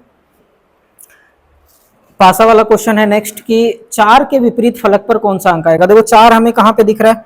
4 यहाँ पे दिख रहा है, और इसके साथ और कौन से हैं? 1 और 3। 1 और 3 कहीं और दिख रहा है पैरेलल में, 1 और 3 देखो यहाँ पे दिख रहा है, तो ये दोनों हो गए कॉमन, और 4 के अपोजिट में आएगा 6। डाइस वाला जो अब क्लासेस देखेंगे इसमें आंसर आ गया 6।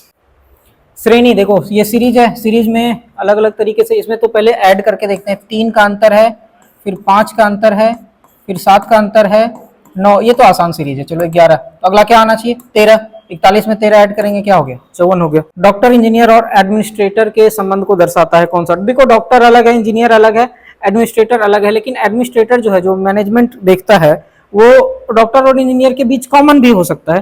तो यहाँ पे ये वाला ज्यादा अप्रोप्रिएट लग रहा है। तीनों अलग एंटिटीज हैं, लेकिन कुछ चीजें कॉमन हो सकती है। जैसे एक डॉक्टर ने अपना मैनेजर अपॉइंट किया हुआ है, सारी चीजों को मैनेज करने के लिए एडमिन नियुक्त किया हुआ है, एक इंजीनियर ने एक एडमिन नियुक्त किया हुआ है, तो ये तीनों कॉमन वाला पार्ट आपका आ गया सी। चलो आगे के कुछ क्वेश्चन को मैं हिंट दे करके छोड़ रहा हूँ, बाकी आप लोग सॉल्व करना, ट्राई करना, ठीक है। ये वाला, ये इस टाइप का पजल जब भी आएगा तो आपको या तो बहुत तेजी से समझ में आ जाएगा, बन जाएगा, या तो बहुत टाइम लगाएगा। तो आपको ध्यान देना है कि ये सॉल्व होगा कि नहीं, एक बार ट्राई करके देखना और कमेंट बॉक्स में आंसर बताना। आंसर वैसे 20 है, अभी के लिए मैं सिर्फ आंसर बता रहा हूँ, और आगे के सारे क्वेश्चंस में भी सिर्फ इंस्ट्रक्शन देके छोड़ रहा हूँ। सेम क्वेश्चन ये वाला जो मैंने बोला था, ए से लेकर के जेड तक का सीरीज अल्फाबेट सीरीज है। अब आप क्या करोगे? बी का जैसे 2 है, एल का जो है 12 है, इस टाइप का आप लिखोगे और यहाँ पे आंसर लेकर के आओगे। अगेन मैं सिर्फ आंसर बता रहा हूँ, इंस्ट्रक्शन देके छोड़ रहा हूँ, आप इसको ट्राई करोगे खुद से। देखो इसका आंसर आगे आपका 34 आएगा। कैसे आ रहा है आप एक बार सॉल्व करोगे, बाकी कमेंट बॉक्स में डालना कितना आंसर आ रहा है। अब देखो ये भी सेम सीरीज, इस टाइप का बहुत सारा सीरीज आ रहा है। आपको ए से जो जेड वाला सीरीज है वो एकदम याद रखना है। बहुत ये मिसिंग सीरीज भी आता है, और इसके साथ पजल वाले सीरीज भी आते हैं। देखो ए सी एफ यहाँ से दिख रहा है, वैसे ए पहला लेटर है, सी जो है वो तीसरा है, और ए ये छठा है। यहाँ से 2 का डिफरेंस, यहाँ से फिर 3 का डिफरेंस, इसके बाद कितने का डिफरेंस आएगा, तो ये आपको पैटर्न देखना है और फिर बताना है। इधर देखो वापस में उल्टा जा रहा है, तो इसका आंसर जे और क्यू है, ये आप सॉल्व करके बताएंगे। ठीक, नेक्स्ट देखते हैं। दिख रहा है, यदि आप प्रॉपर देखोगे तो 7 गुना 4 28, 11 गुना 4 44, 15 गुना 4 60, तो 19 गुना 4 76 होना चाहिए। कई बार आपको ऐसा कुछ पजल दिया जाता है कि आप ज्यादा दिमाग लगाओ, कॉम्प्लिकेटेड कर दिया जाता है, लेकिन वो आसान होता है। तो क्वेश्चन को आपको ध्यान से देखना है, खास करके ऐसे क्वेश्चंस को, ठीक है। अब देखो इसमें समांतर चतुर्भुजों की संख्या, ऐसा वाला क्वेश्चन में त्रिभुज बहुत बार पूछा जाता है, तो ये वाला ध्यान रखना, ये बहुत बार पूछा गया। इसमें त्रिभुज की संख्या 20 है और समांतर चतुर्भुज की संख्या 15। समांतर चतुर्भुज किसको बोलते हैं? इस टाइप का चतुर्भुज जिसमें आमने सामने की भुजा पैरेलल हो। तो इसका आंसर समांतर चतुर्भुज 15 है, और त्रिभुजों की संख्या 20 है। श्रेणी देख लेते हैं। 2 से 3 का डिफरेंस, 4 का डिफरेंस, यहाँ पे सीधा 10 का डिफरेंस आ गया, यहाँ पे 18 का डिफरेंस आ गया। तो ऐसे डिफरेंस से तो नहीं समझ में आ रहा है, क्या करेंगे? 2 गुना 2 प्लस 1 5 आ गया, फिर 5 गुना 2 माइनस 1 10 माइनस 1 9 आ गया, ठीक है। फिर गुना 2 प्लस 1 करेंगे, 9 दूनी 18 प्लस 1 19 गुना 2 38 माइनस 1, हाँ समझ में आ गया सीरीज। गुना 2 प्लस 1 है, गुना 2 माइनस 1 है, ठीक है। तो देखो आगे क्या होगा, यहाँ गुना 2 माइनस 1 हुआ है, तो अगली बार क्या होगा? गुना 2 प्लस 1 37 गुना 2 74 होता है, और 74 प्लस 1 हो गया 75। ये आपका आंसर आ गया। फिर से सीरीज, मैं बार बार बोल रहा हूँ सीरीज वाला बहुत सारा क्वेश्चन, ये भी सीरीज वाला ही क्वेश्चन है।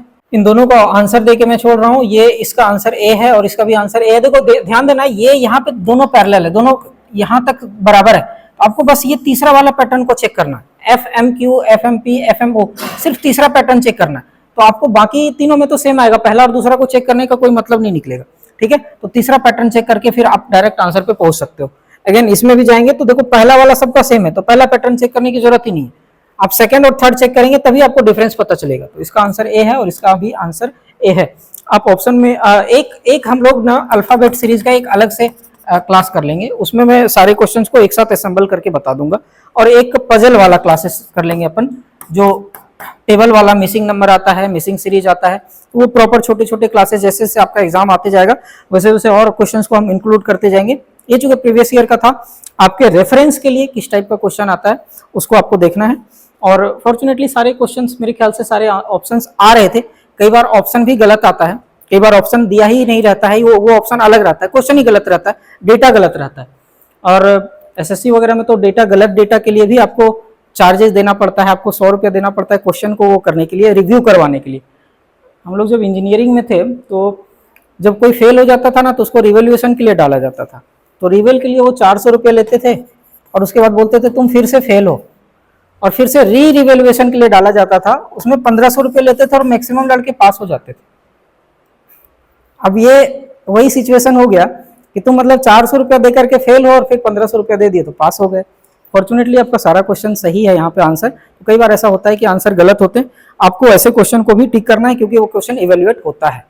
सामान्य ज्ञान से हम लोग देख रहे हैं, ठीक है, इंडिया जीएस का पोर्शन है ये। तो इसमें पहला क्वेश्चन 86 नंबर का है, सियाचिन क्या है? ठीक, पहला ऑप्शन हिमनद रक्षा क्षेत्र, बी झरना गोदावरी का, सी ज्वालामुखी, और डी उपरोक्त में से कोई नहीं। तो आपने कभी ना कभी ये नाम तो सुना ही होगा, सियाचिन ग्लेशियर का। ठीक, ये हमेशा करंट में रहता है, तो क्या है? सियाचिन ग्लेशियर है, ठीक है, जो कि कहाँ है? काराकोरम रेंज में और लद्दाख में है, ठीक है। दूसरा क्वेश्चन देखते हैं 87, गवर्नर जनरल के रूप में लॉर्ड विलियम बेंटिक की निम्नलिखित में से कौन सी उपलब्धि थी? ठीक है, लॉर्ड विलियम बेंटिक का आप नाम सुने होंगे, भारत के प्रथम गवर्नर जनरल थे ये, ठीक है। और इनका ऑप्शन पूछ रहा है कौन सी उपलब्धि थी? स्थायी बंदोबस्त, असीरगढ़ किले पर अधिकार, ठगी का दमन, और डी पंजाब का विलय। तो आप इसका लूसेंट एक सामान्य ज्ञान की बुक आती है, उसमें अलग से गवर्नर जनरल वाला पूरा चैप्टर को लाइन से दिया हुआ है कि किस गवर्नर जनरल ने क्या क्या काम किया है, बंगाल के गवर्नर जनरल वायसराय ने। तो उसको आप एक बार अच्छे से रीड कर लेना, उसमें आपको मिलेगा, ठीक है, 87 का सी। तो लॉर्ड विलियम बेंटिक की उपलब्धि क्या है? ठगी का दमन, ठीक है। चलते हैं नेक्स्ट क्वेश्चन की ओर। अगला क्वेश्चन है क्वेश्चन नंबर 88, भारत के किस उच्च मूल्य के नोट का विमुद्रीकरण किया गया? ठीक है, ऑप्शन ए 100 रुपए का नोट, बी 1000 का नोट, सी 2000 का नोट, और डी इनमें से कोई नहीं। ठीक, तो याद रखना ऐसे वाले ऑप्शन में इनमें से कोई नहीं जनरली आंसर नहीं होता है, ठीक। ऑप्शन ए, बी और सी में ही आंसर होगा, ठीक है। तो याद रखना 2017 का क्वेश्चन पेपर है, तो 2017 में 500 और 1000 के नोट बंद किए गए थे, ठीक है। तो इसका आंसर क्या हो जाएगा? ऑप्शन नंबर बी, ठीक है। अगला क्वेश्चन है क्वेश्चन नंबर 89, विजयनगर साम्राज्य का प्रसिद्ध शासक कृष्णदेव राय निम्नलिखित में से किस वंश से संबंधित था? तो याद रखना इतिहास में एक प्रसिद्ध साम्राज्य आपको देखने को मिलेगा, विजयनगर साम्राज्य। इसमें कई शासक हुए, कई वंश ने शासन किया, तो उसमें एक प्रसिद्ध शासक थे कृष्णदेव राय। और पूछ रहे कृष्णदेव राय किस वंश से थे? संगम वंश से थे, सालू वंश से थे, तिलो वंश से थे, अराविदु वंश से थे। तो याद रखना ये थे ऑप्शन सी, तुलु वंश से थे कृष्णदेव राय। चलिए अगला क्वेश्चन है क्वेश्चन नंबर 90, हर्षवर्धन का समकालीन बंगाल का शासक निम्नलिखित में से कौन सा था? ठीक है, तो याद रखना हर्षवर्धन एक साम्राज्य था, हर्षवर्धन, ठीक, हर्षवर्धन ने एक साम्राज्य स्थापित किया था उत्तर भारत में। तो उस समय बंगाल का शासक कौन था पूछ रहा है? ए गोपाल, बी धर्मपाल, सी देवगुप्त, और डी शशांक। तो कौन था भाई इसका आंसर? तो इसका आंसर है ऑप्शन नंबर डी, शशांक था उसके समकालीन, ठीक है। यानी जब हर्षवर्धन शासन कर रहा था उसी समय शशांक भी क्या था? बंगाल का शासक था, ठीक है। अगला क्वेश्चन देखते हैं क्वेश्चन नंबर 91, परमाणु बने होते हैं ऑप्शन ए सिर्फ इलेक्ट्रॉन से, बी सिर्फ प्रोटॉन से, सी इलेक्ट्रॉन एवं प्रोटॉन से, और डी इलेक्ट्रॉन एवं नाभिक से। तो याद रखना ये जो सिर्फ होता है ये एक्सट्रीम वर्ड होता है, तो कभी भी सिर्फ आ रहा है तो ये जनरली इसमें आंसर नहीं होता है, ठीक। तो ए और बी को तो आप हटा लो। अब आपके पास ऑप्शन बच रहा है सी और डी। तो इसका आंसर हो जाएगा ऑप्शन नंबर डी। जो परमाणु होता है वो बनते हैं नाभिक और इलेक्ट्रॉन से। ठीक है, चलते हैं नेक्स्ट क्वेश्चन की ओर। अगला क्वेश्चन है क्वेश्चन नंबर 92। निम्नलिखित में से किस तिथि को भगत सिंह, सुखदेव और राजगुरु को फांसी की सजा सुनाई गई थी, दी गई थी? ऑप्शन ए 14 फरवरी 1931, बी 23 मार्च 1931, सी 12 अगस्त 1931 और डी 17 अक्टूबर 1931। तो ये आपको पता होना चाहिए, हर किसी को पता होना चाहिए कि भगत सिंह, राजगुरु और सुखदेव को कब फांसी दिया गया था। तो ये दिया गया था 23 मार्च 1931 को। ठीक है, चलते हैं नेक्स्ट क्वेश्चन की ओर। तो अगला क्वेश्चन है क्वेश्चन नंबर 93। स्वतंत्रता का अधिकार के संदर्भ में सुमेलित कीजिए। संविधान का अनुच्छेद 19 के संदर्भ में पूछ रहे हैं। और याद रखना, हमेशा जो अनुच्छेद है संविधान के 1 से लेकर 51 का तक आप हमेशा याद रखना, उससे क्वेश्चन आते ही आता है। ठीक है, जितने भी आर्टिकल है 1 से लेकर 51 का तक वो आप अच्छे से पढ़ लेना, उससे क्वेश्चन आएगा ही आएगा। ठीक, तो 19 के बारे में डिटेल पूछ रहा है ऑप्शन, और इसमें पूरा अपन क्वेश्चन कवर नहीं कर पा रहे हैं स्क्रीन में, तो आप पहले क्वेश्चन देख लीजिए, उसके बाद अपन ऑप्शन बाद में देखते हैं। ठीक है, तो क्वेश्चन है ऑप्शन ए में, अनुच्छेद 19 का में क्या है? संगम बनाने का अधिकार। 19 का में वाक एवं अभिव्यक्ति स्वतंत्रता का। 19 गा आवास संचरण का और 19 घा शांतिपूर्वक सम्मेलन का। तो क्या लग रहा है? 19 का खा गा घा सीक्वेंस पूछ दिया है ना, 19 अनुच्छेद 19 का डिटेल पूछा है, तो क्या हो रहा है, क्या लग रहा है? तो चलिए ऑप्शन देखते हैं।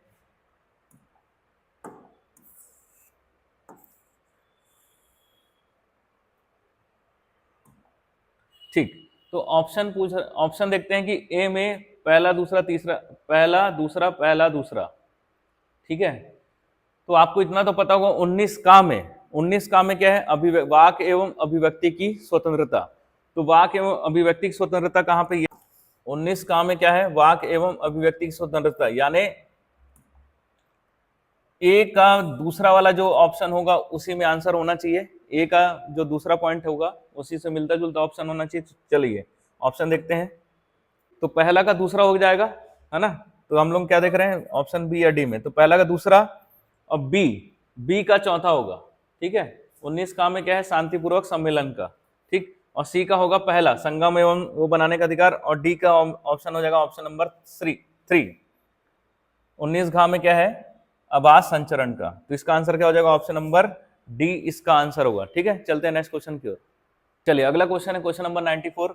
वायुमंडल में सबसे अधिक कौन सी गैस पाई जाती है? Option A oxygen, B nitrogen, C carbon dioxide और डी उपरोक्त में से कोई नहीं। ठीक, तो सबसे पहला काम क्या करना है? जनरली डी आंसर नहीं होता है, तो हमारे पास 3 ऑप्शन बच रहे हैं, ए, बी और सी। तो आपको पता ही होगा, स्कूल में तो पढ़े होंगे, सबसे ज्यादा वायुमंडल में कौन सी गैस पाई जाती है? नाइट्रोजन गैस पाई जाती है। ठीक है, और आप कमेंट में बताइए कितना % नाइट्रोजन पाया जाता है, कार्बन डाइऑक्साइड पाया जाता है और ऑक्सीजन पाया जाता है। ठीक है, अगला क्वेश्चन देखते हैं 95। किस भारतीय नदी में डॉल्फिन पाई जाती है? Option A Brahmaputra, B Narmada, C Ganga और डी इंद्रावती। ठीक, तो याद रखना इसका आंसर है ऑप्शन नंबर सी, गंगा नदी में डॉल्फिन पाई जाती है। और IAS के एक बार एग्जाम में क्वेश्चन पूछा भी था कि भारत का राष्ट्रीय जलीय जीव कौन है, तो वो याद रखना गंगा नदी डॉल्फिन, वो भारत का राष्ट्रीय जलीय जीव है। ठीक है, चलते हैं नेक्स्ट क्वेश्चन की ओर। चलिए अगला क्वेश्चन है क्वेश्चन नंबर 96। 6वीं शताब्दी ईसा पूर्व में निम्नलिखित में से कौन सा नगर मगध महाजनपद की राजधानी था? ठीक है, तो याद रखना 6वीं शताब्दी ईसा पूर्व में 16 महाजनपद थे, और 16 महाजनपद में मगध महाजनपद की राजधानी क्या था पूछ रहे हैं।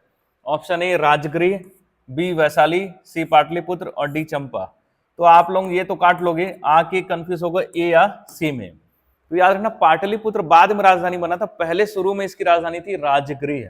ठीक, तो इसका आंसर हो जाएगा ऑप्शन नंबर ए राजगृह। अब नेक्स्ट क्वेश्चन देखते हैं 97। भारत की नदी द्वीप जिसे हाल ही में जिला घोषित किया गया है।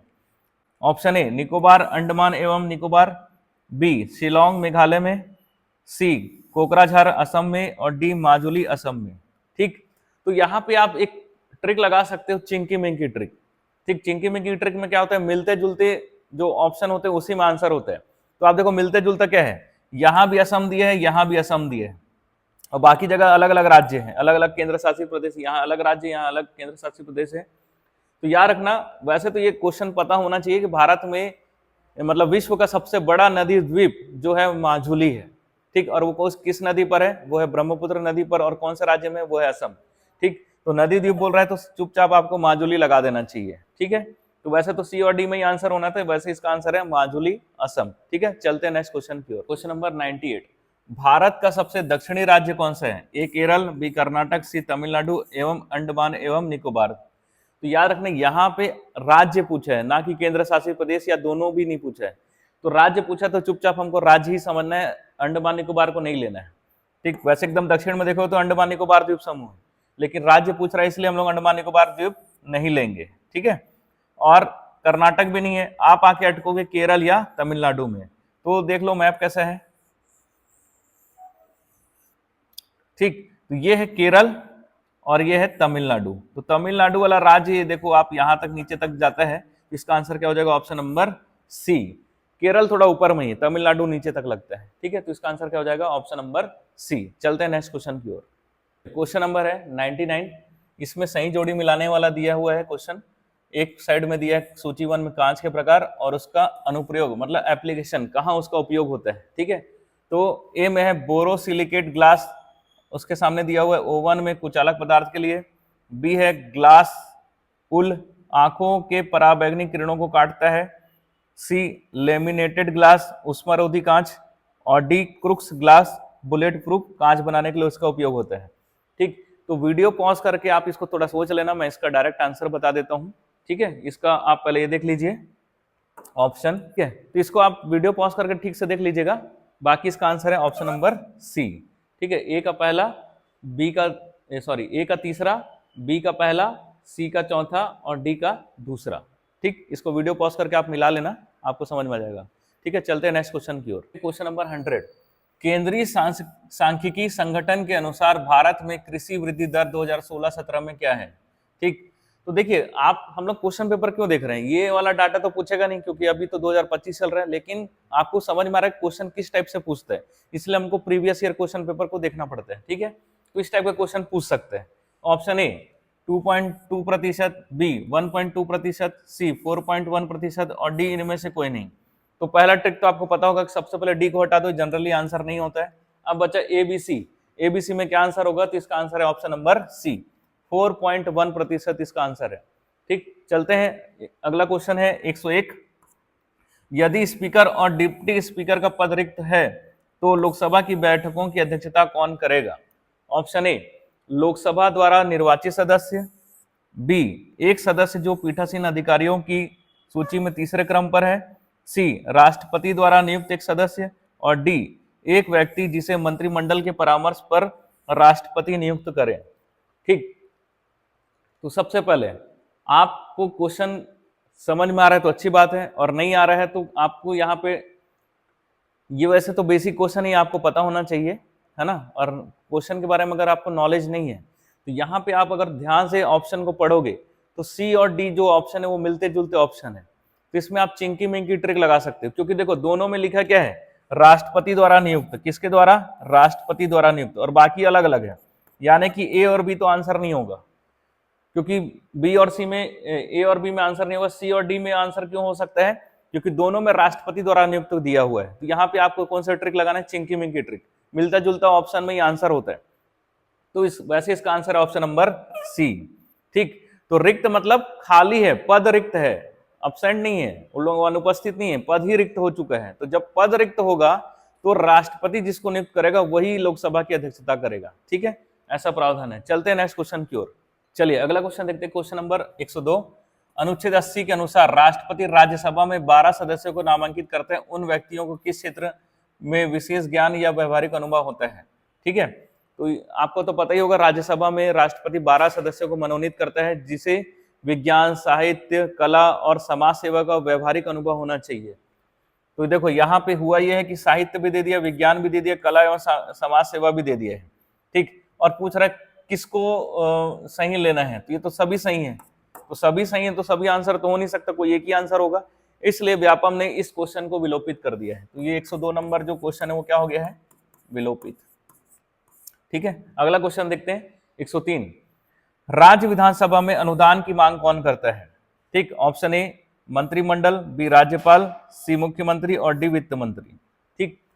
तो अगर आप ध्यान से पढ़ेंगे, और जैसे राष्ट्रपति और राज्यपाल तो एक दूसरे से कनेक्ट ही रहता है, है ना। तो राष्ट्रपति अनुदान की मांग करता है, ये राष्ट्रपति चैप्टर में दिया गया अच्छे से, लक्ष्मीकांत अगर पढ़ते हैं तो। बाकी राज्य विधानसभा में अनुदान की मांग कौन करेगा, इसका आंसर हो जाएगा राज्यपाल। ठीक है, ऑप्शन नंबर 20 का आंसर होगा। ठीक है, चलते हैं नेक्स्ट क्वेश्चन की ओर। चलिए अगला क्वेश्चन है क्वेश्चन नंबर 104 104, राष्ट्रपति के निर्वाचन के लिए योग्यता में क्या सुमेलित नहीं है, पूछ रहे हैं। ठीक है, तो राष्ट्रपति बनने के लिए क्या योग्यता नहीं होना चाहिए। पहला ऑप्शन, वह भारत का नागरिक है, सही बात है। उसे 35 वर्ष की आयु पूर्ण कर लिया हो, ये भी सही है। वह किसी लाभ के पद पर नहीं है, और डी, वह लोकसभा का सदस्य निर्वाचित होने के योग्य हो। ठीक, तो ये तो कंफर्म है कि ये दोनों तीनों हैं। और पूछ रहा है क्या नहीं है, तो व्यापम ने इसका आंसर लिया ऑप्शन नंबर सी। तो व्यापम के अनुसार इसका आंसर क्या है, ऑप्शन नंबर सी, क्योंकि राष्ट्रपति बनने के लिए तो ये 3 क्राइटेरिया तो क्लियर लिखा हुआ है, और वो भी लिखा है कि लाभ के पद पर नहीं होना चाहिए। लेकिन लाभ के पद, कोई व्यक्ति ऐसा नियुक्त हो जाता है तो राष्ट्रपति का पद धारण करने से पहले उसको अपने पद से त्याग पत्र देना होता है। तो एग्जैक्ट तो तीनों सही है, लेकिन ये थोड़ा बहुत क्या है, ये थोड़ा गलत होने की संभावना ज्यादा है सी में, इसलिए इसका आंसर क्या लिया है, ऑप्शन नंबर सी। ठीक है, अगला क्वेश्चन देखते हैं 105, इनमें से कौन सा सही है पूछ रहे हैं, सही है पूछ रहे हैं। ठीक, ऑप्शन ए, कर्क रेखा 23.5 डिग्री दक्षिणी अक्षांश, ये उत्तरी अक्षांश है। मकर रेखा वो 23.5 डिग्री दक्षिणी अक्षांश है, ये भी गलत है। भूमध्य रेखा ये 0 डिग्री को बोला जाता है। उत्तरी ध्रुव 90 डिग्री अक्षांश, यही सही है। तो 105 का आंसर हो जाएगा ऑप्शन नंबर डी। चलते हैं नेक्स्ट क्वेश्चन की ओर। अगला क्वेश्चन है क्वेश्चन नंबर 106, निम्न में से कौन सा एक कैल्शियम का अच्छा स्रोत नहीं है। याद रखना, क्वेश्चन पढ़ते समय आपको हमेशा सतर्क रहना कि नहीं है पूछ रहे कि सही है पूछ रहे। तो यहाँ पे पूछ रहे नहीं है। ऑप्शन ए रागी, बी अंडा, सी दूध, और डी चावल। अंडा और दूध तो आप हमेशा सुने होंगे कि कैल्शियम मिलता है, हड्डी मजबूत होता है। ठीक, रागी आपको हो सकता है ना पता हो, लेकिन इसका आंसर है ऑप्शन नंबर डी चावल। चावल कैल्शियम का स्रोत नहीं है। ठीक है, अगला क्वेश्चन देखते हैं क्वेश्चन नंबर 107, भारत में स्थिर कीमतों पर सकल घरेलू उत्पाद के गणना के लिए किस वर्ष को आधार बनाया गया है।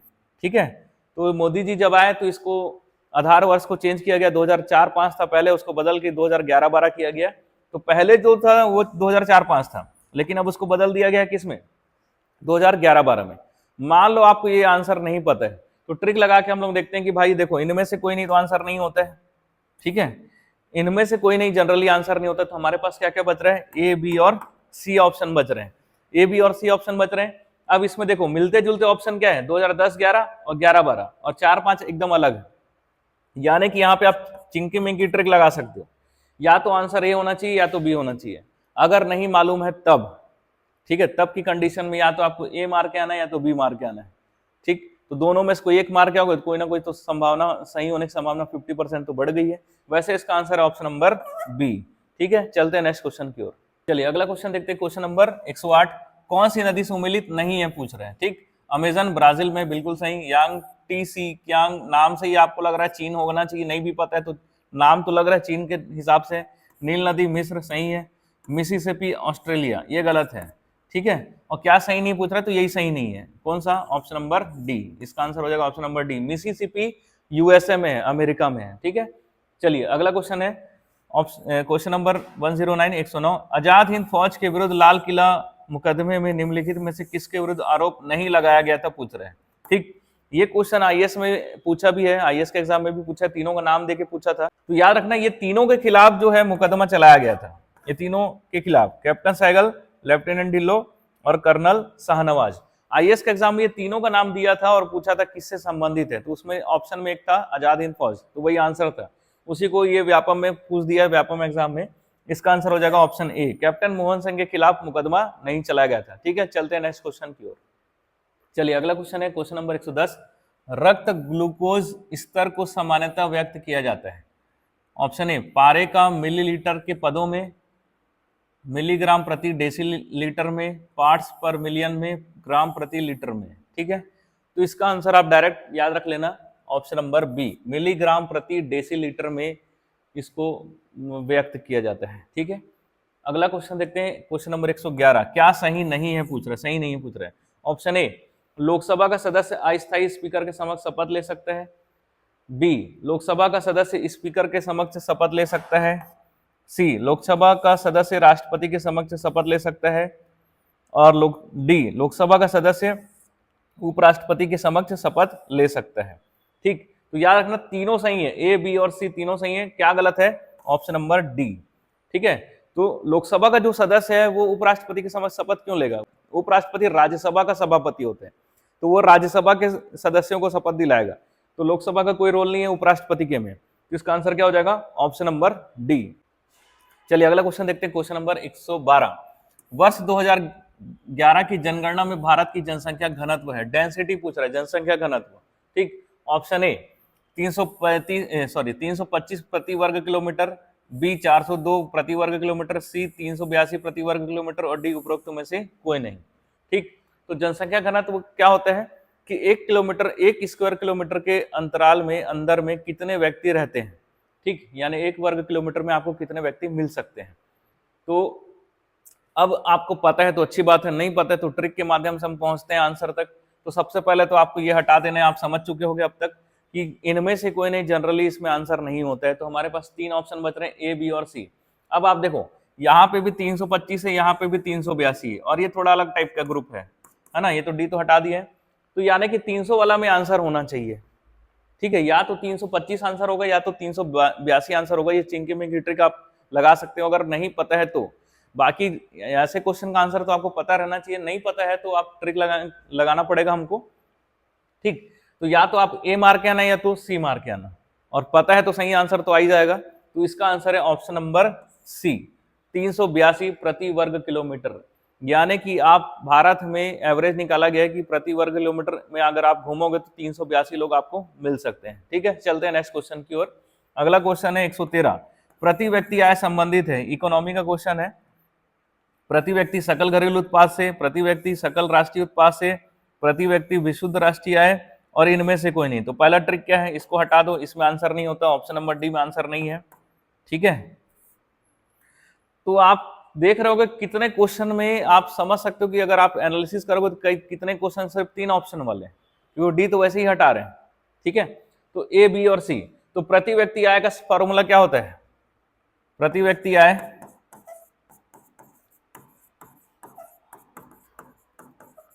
बराबर होता है नेशनल इनकम बटे पॉपुलेशन, जनसंख्या, कुल जनसंख्या। तो क्या है? प्रति व्यक्ति विशुद्ध राष्ट्रीय आय, विशुद्ध राष्ट्रीय आय। तो ये इसका आंसर हो जाएगा ऑप्शन नंबर सी। ठीक है, चलते हैं नेक्स्ट क्वेश्चन की ओर। चलिए अगला क्वेश्चन है क्वेश्चन नंबर 114, निम्न में से किसे आर्थिक विकास में शामिल नहीं किया गया? नहीं किया गया पूछ रहा है, आर्थिक विकास। ठीक है, इकोनॉमिक डेवलपमेंट। ए, परिवहन एवं संचार, बी, ऊर्जा, सी, स्वास्थ्य सेवाएं और डी उपरोक्त में से क्यों कोई नहीं। पहला चीज इसको हटा दो, डी नहीं है। आपके पास ऑप्शन बच रहे ए, बी, सी। तो देखना, हमने अब कभी भी नेता लोगों को सुनोगे तो हमने रोड बनाया, हमने पावर प्लांट बनाया, हमने ये बनाया, ये तो चलते रहते हैं। स्वास्थ्य विकास, स्वास्थ्य सेवाएं को आर्थिक विकास में शामिल नहीं किया जाता है। तो इसका आंसर क्या हो जाएगा? Option number C. ठीक है, अगला क्वेश्चन देखते हैं 115, निम्नलिखित में से किस वर्ष में शिवाजी और राजा जयसिंह के बीच पुरंदर की संधि पर हस्ताक्षर किए गए? तो ये तो फैक्ट क्वेश्चन है, अगर पता है तो सही में लगा देना और नहीं पता है तो छोड़ देना। ठीक है, हर क्वेश्चन बनाओ ऐसा जरूरी तो नहीं, कुछ छोड़ना पड़ेगा क्योंकि माइनस मार्किंग, और माइनस मार्किंग नहीं है तब आप बना सकते हो। ठीक, तो ऑप्शन ए है 1660, बी 1665, सी 1670 और डी 1676। इसका आंसर है ऑप्शन बी 1665। ठीक है, चलते हैं नेक्स्ट क्वेश्चन की ओर। चलिए अगला क्वेश्चन है क्वेश्चन नंबर 116, सूची 1 और सूची 2 को सम्मिलित करना है। ठीक है, एक तरफ सूची में उपकरण है और दूसरी तरफ अनुप्रयोग है ना। कौन से उपकरण का क्या उपयोग होता है ये पूछ रहे हैं। ऑप्शन ए, टैकोमीटर उच्च तापक्रम मापने के लिए, पायरोमीटर विद्युत विच्छेदन मापने के लिए, वोल्टमीटर घूर्णन गति मापने के लिए, वोल्टामीटर विभवांतर मापने के लिए। तो इनमें से अगर आपको एक भी आंसर पता होगा, ठीक है, तो लगभग आंसर पहुंच सकते हो। जैसे वोल्टमीटर का आंसर हमको पता रहता है, वोल्टमीटर का उपयोग करते रहते हैं 11वीं 12वीं में, अगर मैथ्स वैस लिए होगे तो इसका आप उपयोग किए। तो वोल्टमीटर का उपयोग किया जाता है विभवांतर, है ना, डिफरेंस मापने के लिए। किसका? पोटेंशियल डिफरेंस मापने के लिए। तो सी का हो जाएगा चौथा। तो सी का चौथा कहाँ है? देखो ऑप्शन नंबर बी। तो अगर आपको नहीं भी पता है, अगर एक ही पता है तो आप आंसर निकाल चुके हैं। बाकी आप वीडियो को पॉज करके बाकी भी आप पढ़ लेना, क्योंकि नेक्स्ट एग्जाम में काम आ सकता है। ठीक है, चलते हैं नेक्स्ट क्वेश्चन की ओर। चलिए अगला क्वेश्चन देखते हैं, क्वेश्चन नंबर 117, राज्य विधानसभा और राज्य विधान परिषद की बैठकों में भाग लेने के लिए कौन योग्य है यदि वह सदन का सदस्य नहीं है। ठीक है, क्वेश्चन पूछ रहे हैं कि राज्य विधानसभा या विधान परिषद में कौन ऐसा जो व्यक्ति है ना, जो या कौन सा ऐसा पद है जो बिना सदस्य के भी उस सदन में बैठ सकते हैं। ऑप्शन दिए है, यहाँ पे स्टेटमेंट है, मंत्री, महान्यायवादी, महाधिवक्ता, महालेखाकार। ठीक, तो ए में 1 और 2, बी में 2 और 3, सी में 1 और 3 और डी में 2 और 4। तो वीडियो पॉज करके एक बार आप भी आंसर लगाने का कोशिश कीजिए।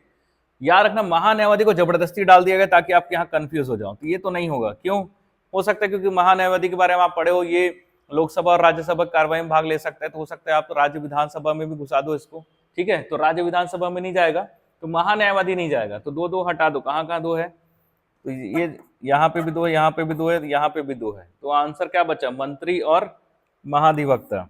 महाधिवक्ता तो बैठे गई, जो काम महान्यायवादी का है केंद्र में वही काम है महाधिवक्ता का राज्य में। ठीक है, महाधिवक्ता कौन होता है? एडवोकेट, देखो यहाँ पे लिखा भी है एडवोकेट जनरल। ठीक है, एडवोकेट जनरल कौन है? ये राज्य सरकार का वकील होता है और ये विधानसभा विधान परिषद दोनों जगह बैठ सकते हैं। ठीक, और मंत्री तो बैठते ही हैं, क्योंकि जो राज्य विधानसभा का मंत्री होगा वो राज्य विधान परिषद में जाके बैठ सकता है, जो विधान परिषद का है वो विधानसभा में जाके बैठ सकते हैं, लेकिन वोटिंग नहीं दे सकते। वोटिंग वही करेंगे जिस सदन के वो सदस्य होते हैं। ठीक है, चलते हैं नेक्स्ट क्वेश्चन की ओर। चलिए अगला क्वेश्चन है क्वेश्चन नंबर 118। कौन सा बैंक लोगों को ऋण नहीं देता है, पूछ रहे हैं। ठीक है, ऑप्शन ए भारतीय रिजर्व बैंक, बी भारतीय स्टेट बैंक, सी सहकारी बैंक और डी इनमें से कोई नहीं। ठीक, वैसे तो एकदम इजी क्वेश्चन है, आपको इतना तो पता होना चाहिए, इतना नॉलेज होना ही चाहिए, लेकिन फिर भी अगर नॉलेज नहीं है तो हम ट्रिक के थ्रू कैसे बनाएंगे?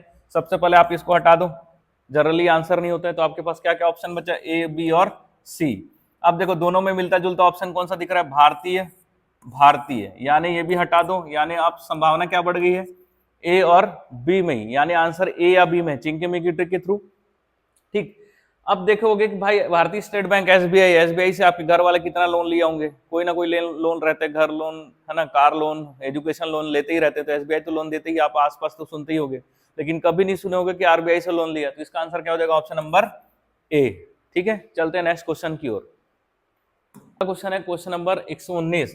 निम्नलिखित में से कौन सा आधात्विक द्रव है, यानी नॉन मेटेलिक? पारा, ब्रोमीन, क्लोरीन और आयोडीन। ठीक है, पारा तो मरकरी बोलते हैं, है ना, और याद रखना इसके लिए तो एक पर्यावरण में सम्मेलन भी है ना, मिनीमाटा सम्मेलन।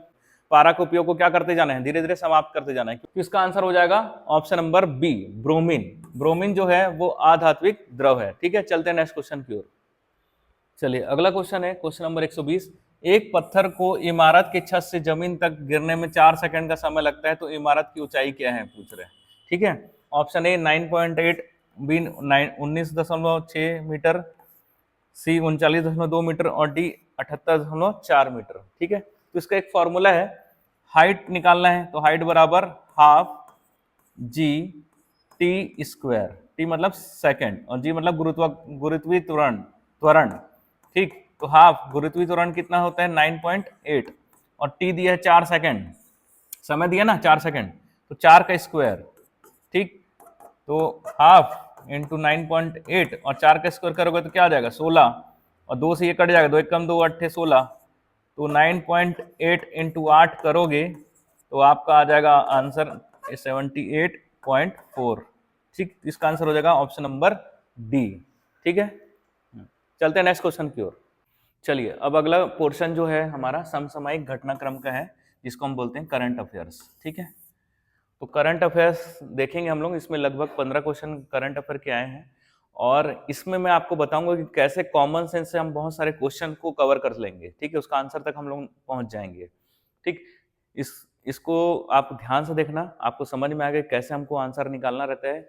अगर आप करंट अफेयर के बारे में नहीं जान रहे हो, नहीं पढ़े हो, तो भी हम आंसर तक पहुंचेंगे। ठीक है, तो चलिए शुरू करते हैं। तो question 121, transatlantic trade and investment partnership TTIP है। ठीक है, तो याद रखना नाम में अर्थ छुपा होता है बहुत सारा। ठीक, तो ट्रांस अटलांटिक, ऑप्शन पढ़ते हैं। ऑप्शन ए यूरोपियन संघ तथा चीन के मध्य प्रस्तावित समझौता, बी है यूरोपियन संघ तथा अमेरिका के मध्य प्रस्तावित समझौता, सी है अमेरिका तथा पैसिफिक रिम देशों के मध्य प्रस्तावित समझौता, और डी है उपयुक्त में से कोई नहीं। ठीक, तो देखिए इसका आंसर हम लोग बिना, जो आप अगर मान लो कभी पढ़े ही नहीं हो करंट अफेयर में, तो भी इसका आंसर हम लोग निकालेंगे, वो भी एग्जैक्ट। ठीक है, थोड़ा सा कॉमन सेंस और लॉजिक आपको लगाना है। तो सबसे पहले मैं आपको ट्रिक बताया हूं, तो ये आंसर होता नहीं है ऑप्शन नंबर डी। अब आपके पास बचा ए, बी और सी। ठीक, अब देखो ए, बी, सी में हमको आंसर तक पहुंचना है। तो देखो यहाँ पे यूरोपियन संघ तथा चीन, यूरोपीय संघ तथा अमेरिका, और अमेरिका तथा पैसिफिक रिंग। तो आप देखो यूरोपीय संघ 2 बार है। ठीक है, तो चिंके मिंगी ट्रिक अपन लगा सकते हैं, इसको हटा दो, तो या तो आंसर ए होना चाहिए या तो बी होना चाहिए। अब आ जाते हैं एग्जैक्ट आंसर तक कैसे पहुंचे। तो एग्जैक्ट आंसर तक पहुंचने के लिए देखो यूरोपीय संघ है, तो यूरोप, आप देखो यूरोप कहाँ पे, दिमाग में इमेजिन करो, आपको थोड़ा वर्ल्ड मैप का सहायता लेना पड़ेगा। यूरोप यूरोपीय संघ है और चीन है। ठीक, तो चीन के तरफ जो अगर आप जो महासागर देखोगे, तो चीन की तरफ जो है महासागर वो कौन सा है, वो है प्रशांत महासागर, ना कि अटलांटिक। देखो जैसे ये वाला पोर्शन है चाइना का, ठीक, और ये प्रशांत महासागर है, इधर प्रशांत महासागर है। ठीक, और ये है यूरोप, ये यूरोप महाद्वीप है, और ये है अमेरिका, और यहां पे इनके बीच है अटलांटिक महासागर। तो आप बताओ किसके बीच कनेक्शन बनना चाह रहा है, ट्रांस अटलांटिक। ट्रांस का मतलब होता है क्या, के पार, ट्रांस का मतलब क्या होता है, के पार। तो अटलांटिक के इस पार से उस पार, तो देखो अमेरिका और यूरोप का संबंध बन रहा है, ना कि यूरोप और चाइना का। ठीक, तो इसका आंसर क्या हो जाएगा, आंसर हो जाएगा ऑप्शन नंबर बी। आप समझे कैसे हम लोग निकाले। ठीक है, तो देखो ना, आपको थोड़ा बहुत भी अगर कॉमन सेंस या थोड़ा बहुत भी मैपिंग पता है, उससे हम लोग करंट अफेयर के क्वेश्चन सॉल्व कर लिए। ठीक है, चलते हैं नेक्स्ट क्वेश्चन की ओर। चलिए अगला करंट अफेयर का क्वेश्चन है 122 नंबर। 2017 में भारतीय विज्ञान कांग्रेस का आयोजन निम्न में से किस स्थान पर आयोजित किया गया था। Option A Mysore, B Mumbai, C Jammu, और डी तिरुपति।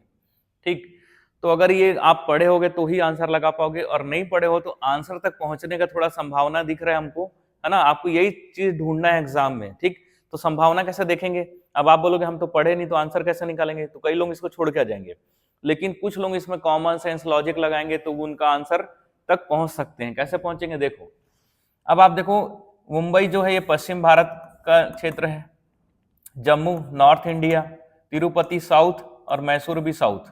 तो देखो संभावना 2 साउथ का क्षेत्र दिया हुआ है, यानी संभावना क्या है, ये इन्हीं में आंसर होना चाहिए। ठीक, तो या तो आंसर ए होना चाहिए या तो डी होना चाहिए।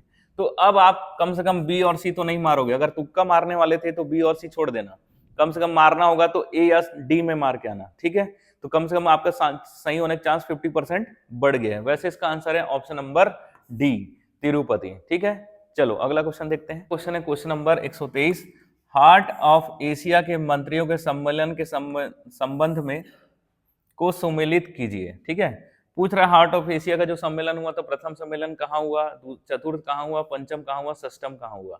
ठीक, अब आपको क्या लग रहा है, इतना आप याद रख सकते हो। ठीक, इसलिए बोला जाता है कंपटीशन एग्जाम कॉमन और लॉजिक का है। क्यों, अब यहाँ पे आपको कॉमन सेंस लॉजिक ही लगाना पड़ेगा, ये आप पढ़ के नहीं कर सकते। ठीक है, इतना आप याद नहीं रख सकते। तो ठीक है, हम लोग देखते हैं option A B C D. D में देखो क्या है, उपरोक्त में से कोई नहीं, इसको हटा दो। सबसे पहले आप इसको हटा दिए, आपके पास बचा ए बी और सी। अब देखो ए जो है, ए कहाँ कहाँ कौन कौन सा बोल रहा है, ए कहाँ कहाँ हुआ, चौथा क्या बोल रहा है, इस्तांबुल, फिर पहला बोल रहा है अमृतसर, फिर यहाँ पे चौथा। तो देखो ए में चौथा 2 बार आ गया, फिर बी में तीसरा 2 बार आ गया, यानी संभावना ए या सी में आंसर होने की संभावना ज्यादा है। ठीक है, ये तब के लिए है जब आपको क्वेश्चन का आंसर नहीं पता है। अगर आपको आंसर क्लियर कट पता है तो आप सीधा नॉलेज के थ्रू जाना है। ठीक है, ट्रिक नहीं लगाना है। ट्रिक अपन कब लगा रहे हैं, क्यों लगा रहे हैं, क्योंकि हमको इसके बारे में नहीं पता है। जब नहीं पता है तब हमको ट्रिक के तहत जाना है। ठीक है, तो आंसर इसका हो जाएगा ऑप्शन नंबर सी। ठीक है, तो आप आके तो अटके ना, कम से कम 2 ऑप्शन आप कट कर लिए, अब आपकी संभावना बढ़ गई कि ए मारना है या तो सी मारना है। ठीक, तो आप या तो ए मार के आना या तो सी मार के आना, इसका आंसर क्या हो जाएगा, ऑप्शन नंबर सी। चलते हैं नेक्स्ट क्वेश्चन की ओर। तो अगला क्वेश्चन है क्वेश्चन नंबर 124। ठीक, BBIN के पहल के अंतर्गत मोटर वाहन समझौता को निम्न में से किस देश के समूह के संसद द्वारा अनुमोदित किया गया था। ठीक है, ऑप्शन ए सिर्फ बांग्लादेश भूटान तथा भारत, सिर्फ भूटान भारत नेपाल, सिर्फ भारत नेपाल बांग्लादेश, बांग्लादेश भूटान भारत नेपाल। ठीक, तो आप लोग सोचते होंगे कि भाई इतना करंट अफेयर पढ़ के जाओ, साल साल भर पढ़ के जाओ तो भी क्वेश्चन नहीं आता एग्जाम में। क्यों? क्योंकि एग्जामिनर को पता है कि तुम लोग क्या पढ़ के आ रहे होगे क्वेश्चन। ठीक, तो आप देखे भी होंगे कितना भी पढ़ लो, क्वेश्चन में करंट अफेयर कुछ दूसरा टाइप का पूछ देते हैं। ये तो आप या जिस टॉपिक को पढ़ोगे उस टॉपिक का वो पॉइंट नहीं पूछेगा जो आप पढ़े हो, दूसरा पॉइंट पूछ लेगा। क्यों? क्योंकि वहां एग्जामिनर आपका कॉमन सेंस देखना चाह रहे हैं। ठीक, क्या लग रहा है आपको, ये पढ़े होगे आप, हो सकता है पढ़े होगे, लेकिन कई बार क्या होता है भूलना हो जाता है, तो हर बार आप पढ़ नहीं सकते। तो हम इसको आंसर कैसे निकालना है, आप देखो इसका आंसर अपन कैसे निकालेंगे। ठीक, कॉमन सेंस है ओनली, BBIN। ठीक, तो यहाँ पे 4 नाम है, हो सकता है ये 4 देश का नाम हो। ठीक है, अब देखो यहाँ पे 1 2 3 देश से कवर कर रहे हैं, 2 3 1 2 3, यहाँ पे 3 देश दे दिए हैं, तो ये हटा दो। और दूसरा चीज यहाँ पे एक जो वर्ड है, कौन सा एक्सट्रीम वर्ड है, सिर्फ, तो जहां भी सिर्फ लिखा रहता है, एक्सट्रीम वर्ड रहता है, वो हमेशा गलत होता है। ठीक, और देखो यहाँ पे 3 शब्द है। ठीक, और इसमें देखो ऑप्शन डी में बांग्लादेश, बी से बांग्लादेश, बी से भूटान, और आई से इंडिया, और एन से नेपाल, ये भी फिट बैठ रहा है। इसका मतलब आंसर क्या होगा, ऑप्शन नंबर डी। तो याद रखना, अगर ये भी समझ नहीं पा रहे हो तो चारों में जो अलग होता है वही आंसर होता है। तो देखो तीनों में तो 3 देश दिए और चौथे में 4 देश दिए हैं, तो 4 ऑप्शन में चारों में अलग कौन सा है, तो अलग है डी। समझ में आया? अगर नहीं समझ में आया तो वीडियो को फिर से पॉज करके दोबारा रिपीट करके देखें तो आपको समझ में आ जाएगा। ठीक है, चलते हैं नेक्स्ट क्वेश्चन देखते हैं। क्वेश्चन है 125, निम्नलिखित में से डिजिटल आर्मी पहल से संबंधी क्या सही नहीं है, नहीं है पूछ रहे हैं। ठीक है, फिर से आपको मैं आंसर निकालने का टेक्निक सिखा रहा हूं, क्योंकि आप कितना भी पढ़ लो, पढ़ाता हर पूरी दुनिया आपको पढ़ाना सिखा रही है। ठीक है, कितना भी चले जाओ, कोचिंग वाले ये वाले सब लोग पढ़ना सिखा रहे हैं, मैं आपको आंसर निकालना सिखा रहा हूं। तो चलो, अब मैं मान के चल रहा हूं कि ये भी आपको क्वेश्चन का आंसर नहीं पता होगा। ठीक है, मैं अपने जो जितने व्यूअर हैं ये मैं यही मान के चलता हूं कि उनको आंसर नहीं पता है। तो आंसर 0 से निकालना कैसे है। ठीक है, तो आप 0 से हीरो बन जाओगे। देखो कैसे, ए ऑप्शन ए बोल रहा है इसके तहत 10 लाख विद्यार्थियों को डिजिटल कंप्यूटर मुहैया कराना, बी इसके तहत कैशलेस समाज को बढ़ाना, सी इसके तहत इलेक्ट्रॉनिक भुगतान को प्रोत्साहित करने वाले 10 लाख लोगों की डिजिटल सेना तैयार करने की योजना है, और डी है उपर्युक्त में से कोई नहीं। ठीक, तो अब पता नहीं है भाई डिजिटल आर्मी क्या बोल रहा है। ठीक है, अब डिजिटल आर्मी पहल किससे संबंधित क्या सही नहीं है पूछ रहे हैं। ठीक, क्या सही नहीं है पूछ रहे हैं। ठीक, तो देखो पहला तो आप इसको हटा दो, ये आंसर नहीं होता है, मैं बता रहा हूं। ये अपने को ट्रिक कब लगाना है, जब आपको आंसर नहीं आता है।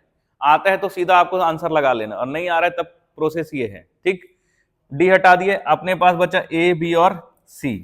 ठीक, ए बी सी में देखो 10 लाख यहाँ पे भी लिखा है, 10 लाख यहाँ पे भी लिखा है, ये 10 लाख लिखा है, यहाँ पे भी 10 लाख लिखा है।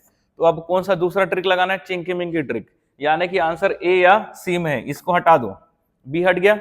अब दूसरा चीज देखना है कि 10 लाख विद्यार्थी को डिजिटल कंप्यूटर मुहैया कराना और प्रोत्साहित करने वाले 10 लाख लोगों की डिजिटल सेना तैयार करना। अब देखो यहाँ पे आर्मी लिखा है, यहाँ पे सेना तैयार लिखा है, तो नाम में अर्थ छुपा है कि नहीं। तो देखो ये आर्मी है, यहाँ पे सेना है, तो ये तो यही लग रहा है कि यही वाला होना चाहिए। ठीक है, सी भी सही है। देखो यहाँ पे पूछ रहा है सही नहीं है पूछ रहा है ना, ये याद रखना सी क्या सही नहीं है, तो ये तो सही हो गया। तो क्या सही नहीं है फिर, ऑप्शन नंबर ए। तो 125 का क्या आंसर हो जाएगा, ऑप्शन नंबर ए। ठीक है, चलते हैं नेक्स्ट क्वेश्चन की ओर। चलिए अगला क्वेश्चन 126, 9वें ब्रिक्स शीर्ष वार्ता के संबंध में क्या सही है पूछ रहा है। ठीक है, ऑप्शन ए यह सितंबर 2017 में जियामेन में आयोजित होगा, यह अप्रैल 2017 में जियामेन में आयोजित होगा, यह मास्को में सितंबर 2017 में आयोजित होगा, यह मास्को में अप्रैल 2017 में आयोजित होगा।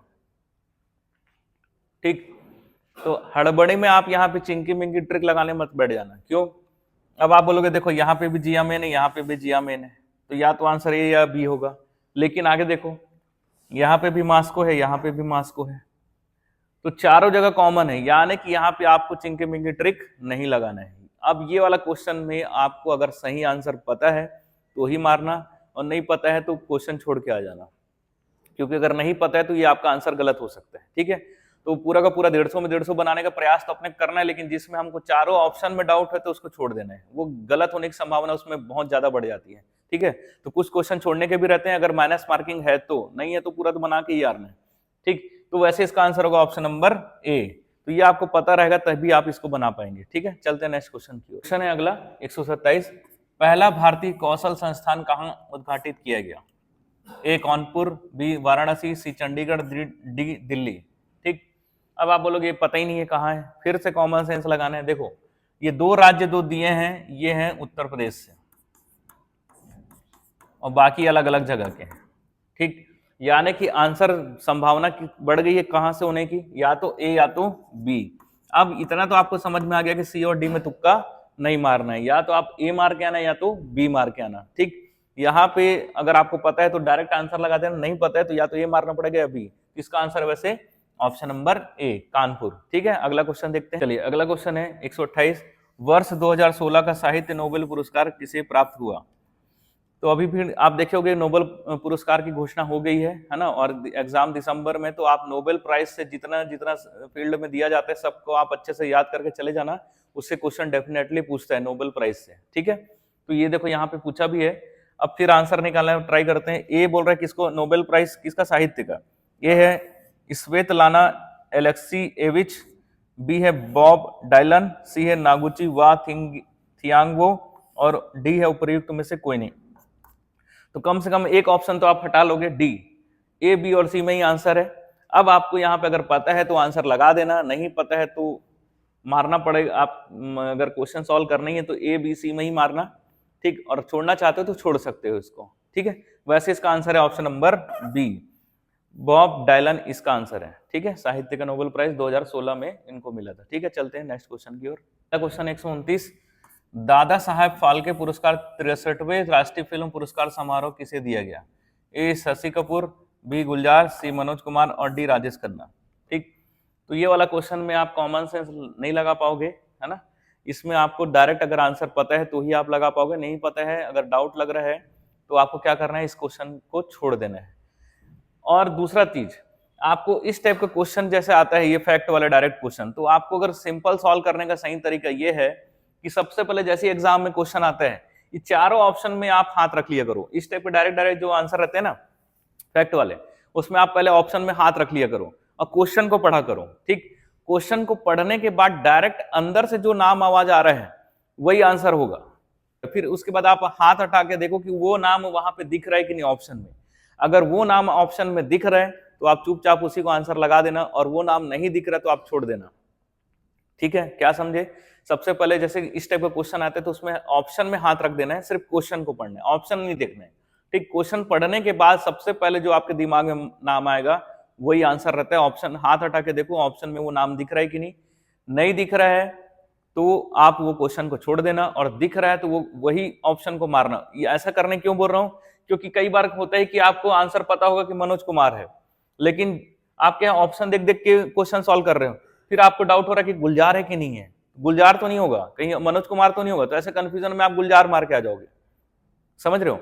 तो क्या करना है, सबसे पहले हाथ रख लो, उसके बाद ऑप्शन को सोचो कि क्या आंसर होना चाहिए। अगर वही नाम अगर आपका यहाँ ऑप्शन में जो दिया है वो नाम याद आ रहा है तो वही आंसर है, ठीक। तो इसका आंसर हो जाएगा ऑप्शन नंबर सी। चलते हैं नेक्स्ट क्वेश्चन की ओर। चलिए अगला क्वेश्चन है क्वेश्चन नंबर 130, हाल ही में उपग्रहों के प्रक्षेपण में भारत द्वारा विश्व रिकॉर्ड स्थापित किया गया, इस संबंध में क्या सही नहीं है पूछ रहे हैं। ऑप्शन ए, भारत द्वारा एक ही मिशन में 104 उपग्रह प्रक्षेपित किए गए, बी, वे PSLV C-37 से प्रक्षेपित किए गए, सी, इस मिशन में 103 सहयात्री उपग्रह तथा एक कॉर्टोसेट 2 श्रेणी का उपग्रह था, डी, प्रक्षेपित सभी उपग्रहों में भारत के उपग्रहों की संख्या सबसे अधिक थी। इस टाइप का क्वेश्चन में आपको करना क्या है, जितने ऑप्शन दिए हैं उनको आपस में लड़ाना है, ठीक है। आपस में आपको क्या करना है, कंपटीशन करवाना है और देखना है कि कौन सा ऑप्शन ज्यादा सटीक बैठ रहा है और कौन सा एक्सट्रीम है, ठीक। तो देखो भारत द्वारा एक ही मिशन में 104 उपग्रह प्रक्षेपित किया गया, हालांकि ये न्यूज में चल रहा था उस समय, ठीक। नहीं पता है तो छोड़ो। वे PSLV C-37 से प्रक्षेपित किए गए और 103 सहयात्री तथा एक कार्टोसेट 2 श्रेणी का उपग्रह था। आप इसको करंट में पढ़ोगे तो इतना याद नहीं रख सकते। यहाँ पे देखो डी ऑप्शन, देखो ये तो नॉर्मल ऑप्शन लग रहा है, इसमें ज्यादा कुछ आपको समझ नहीं आ रहा है, सेंस समझ नहीं आ रहा है, फीलिंग समझ नहीं आ रहा है, ठीक है। फैक्ट दे दिया है, लेकिन यहाँ पे आप देखो प्रक्षेपित सभी उपग्रहों में भारत के उपग्रहों की संख्या सबसे अधिक थी। यहाँ पे एक एक्सट्रीम वर्ड डाल दिया, सबसे अधिक, ये एक्सट्रीम वर्ड है। बाकी आपको यहाँ पे कोई एक्सट्रीम वर्ड नहीं मिल रहा, कॉमन है, सिंपल है, ठीक है। तो अगर आप आंसर डायरेक्ट पता है तो ठीक है, और नहीं पता है तो ट्रिक यही लगाना है कि एक्सट्रीम वर्ड कौन सा ऑप्शन में दिया, डी में। चारों में थोड़ा नेगेटिव सेंस वाला ऑप्शन कौन सा लग रहा है, डी, क्योंकि बढ़ा चढ़ा के दे रही है ऑप्शन, ठीक है, कि भारत के ही सैटेलाइट सबसे ज्यादा थे, तो ऐसा नहीं है। तो इसका आंसर क्या सही नहीं है, यही, मतलब वही पूछ रहा है, सही नहीं है, तो ऑप्शन डी सही नहीं है, ठीक है। चलते हैं नेक्स्ट क्वेश्चन की ओर। अगला क्वेश्चन है क्वेश्चन नंबर 131। गर्व 2 मोबाइल ऐप का उपयोग निम्न में से किसकी निगरानी के लिए किया जाता है, निगरानी करना है। ऑप्शन है कृषि कार्यक्रम, बी स्वास्थ्य कार्यक्रम, सी विद्युतीकरण कार्यक्रम और डी वनीकरण कार्यक्रम। अब ये वाला क्वेश्चन चाहे तो आप छोड़ सकते हो और नहीं छोड़ सकते हो, फिर से मेरे पास तो ऑप्शन कॉमन सेंस वाला है, ठीक। मैं आपको तो आंसर निकाल के ही दिखाना रहता है हर क्वेश्चन में, कोशिश ये रहती है कि आंसर आप तक पहुंचा दूं आपको, ठीक है। तो फिर भी आपको वही पहुंचा देता हूं। तो चलो, गर्व 2 मोबाइल ऐप, अगर आप सोच रहे हो कि कृषि कार्यक्रम इसका आंसर है, ठीक है, कृषि की निगरानी करने के लिए मान लो कोई ऐप बनाया हो, कृषि की निगरानी कर रहे हैं, तो कृषि और वनीकरण क्या अलग अलग है, इंटीग्रेटेड तो है ना, एकदम से अलग तो नहीं है। वन और कृषि एक दूसरे से थोड़ा क्या है, लिंक है। तो या अगर कृषि सही होगा तो वन क्यों सही नहीं हो सकता, वो भी सही होगा। यानी कि कृषि सही ले रहे हो तो फिर वन को आप गलत नहीं ले सकते, और एक बार में तो ऑप्शन एक ही सही होगा, यानी कि ये दोनों को गलत लेना पड़ेगा। पहला चीज समझ में है। और दूसरा चीज, स्वास्थ्य का निगरानी करना ज्यादा सही है कि विद्युतीकरण का। तो आप देखोगे लाइन, बिजली की लाइन, केबल बिछाई जाती है ना, खंबे बिछाए जाते हैं, खंबे लगाए जाते हैं, विद्युत तार का निगरानी करना रहता है, बहुत लंबे लंबे तार बिछे हुए हैं, है ना। कई बार जंगल के बीच से तार का टूट गया, है ना, बिजली खंबा कहाँ से टूट गया, ये सब देखना पड़ता है। तो निगरानी किसका करना ज्यादा जरूरी है, तो इसका आंसर हो जाएगा ऑप्शन नंबर सी, ठीक है। अगला क्वेश्चन देखते हैं 132। फरवरी मार्च 2017 में कितने राज्यों में विधानसभा चुनाव की घोषणा चुनाव द्वारा की गई थी, ठीक है। तो कितने राज्यों में चुनाव होने वाला था, ये तो उस समय का करंट अफेयर का क्वेश्चन है, आपको तो पता होना चाहिए, न्यूज में चलते रहता है, इतना तो थोड़ा बहुत आपको पता होगा। ऑप्शन ए 7, बी 6, सी 5 और डी 3। तो इसका आंसर है ऑप्शन नंबर सी, 5 राज्यों में उस समय विधानसभा चुनाव की घोषणा चुनाव आयोग द्वारा की गई थी, ठीक है। चलते हैं नेक्स्ट क्वेश्चन की ओर। फिर अगला क्वेश्चन है 133 नंबर।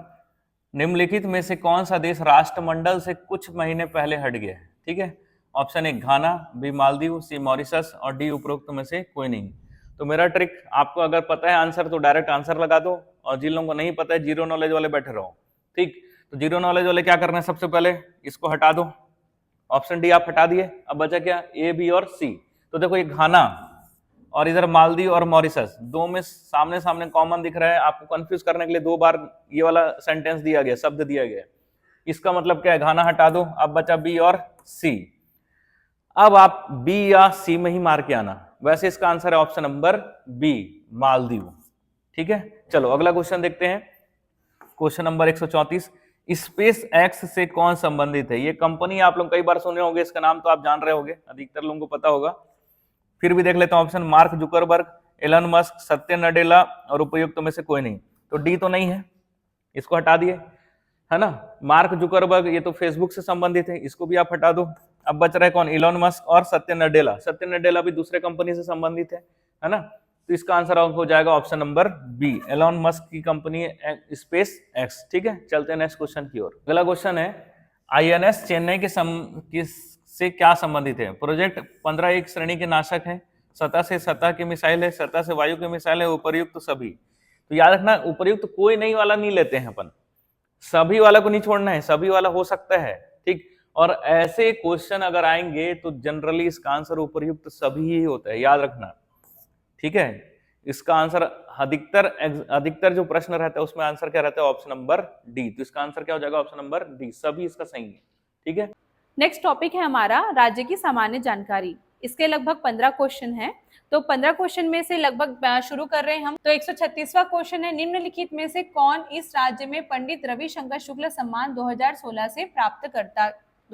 के प्राप्तकर्ता थे। ए रविशंकर व्यास, बी विनोद कुमार शुक्ल, सी अरुण शर्मा, डी विष्णु सी ठाकुर। तो इसका आंसर आएगा, उस समय जो थे वो थे विनोद कुमार शुक्ल, बी। अब देखो ये क्वेश्चन जो है वो उस समय की करंट अफेयर से था, आपको इस साल का करंट अफेयर्स अपडेट करना है। मतलब अगर 2025 में एग्जाम है तो लगभग मान के चलो 2024 तक का आपको करंट, 24 से लेके दिसंबर में एग्जाम है तो आपका नवंबर तक का करंट अफेयर्स अपडेट होना चाहिए।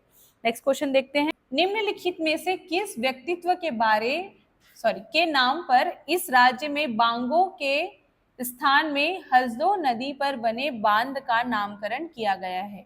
ए राजमोहिनी देवी, बी मिनी माता, सी रानी वसाटा देवी है ये पूरा नाम इनका, डी है आपका फूल कुमारी देवी। तो देखो इसका आंसर आएगा आपका बी मिनी माता।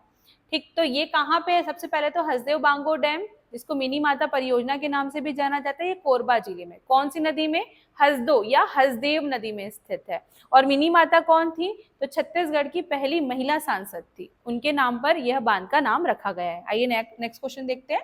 क्वेश्चन नंबर 138, निम्नलिखित में से कौन विद्वान इस राज्य में छायावाद के प्रवर्तक थे? ए पदुमलाल पुन्नालाल बख्शी, बी लोचन प्रसाद पांडे, सी मुकुटधर पांडे, डी रामदयाल तिवारी। तो इसका आंसर आएगा सी मुकुटधर पांडे। छत्तीसगढ़ में छायावाद के प्रवर्तक कौन है? मुकुटधर पांडे। ये छत्तीसगढ़ में साहित्य जो है पोर्शन एक, वहां से क्वेश्चन है। नेक्स्ट क्वेश्चन देखते हैं। क्वेश्चन नंबर 139, प्राचीन काल में इस राज्य में नल वंश के संस्थापक निम्न में से कौन थे? ए वराहराज, बी भवदत्त वर्मन, सी बिलास्तु, डी अर्थपति। तो आपके इसके संस्थापक है वराहराज। ठीक है, कौन से वंश के? नलवंश के संस्थापक कौन? वराहराज। नेक्स्ट क्वेश्चन देखते हैं। क्वेश्चन नंबर 140, इस राज्य की निम्नलिखित में से किस जनजाति का युवा लड़कों और लड़कियों का मिलन स्थल घोटुल रहा है? ए गोंड, बी हलबा, सी मारिया, डी मुरिया। तो इसका आंसर आएगा डी मुरिया। ध्यान रखिएगा, घोटुल क्या है? एक सामाजिक शैक्षणिक संस्थान है। किनका है? तो ये जनजातियों का सामाजिक शैक्षणिक संस्थान है, जिनका जो इनके जो मेंबर सदस्य जो होते हैं वो अविवाहित लड़की और लड़कियां होती है, किशोरावस्था में होते हैं, और जैसे इनका विवाह होता है इनकी सदस्यता पूर्णतः समाप्त हो जाती है। ठीक, तो ये कहाँ से आया है? तो छत्तीसगढ़ की जनजाति से ये क्वेश्चन बना है। नेक्स्ट क्वेश्चन देखते हैं।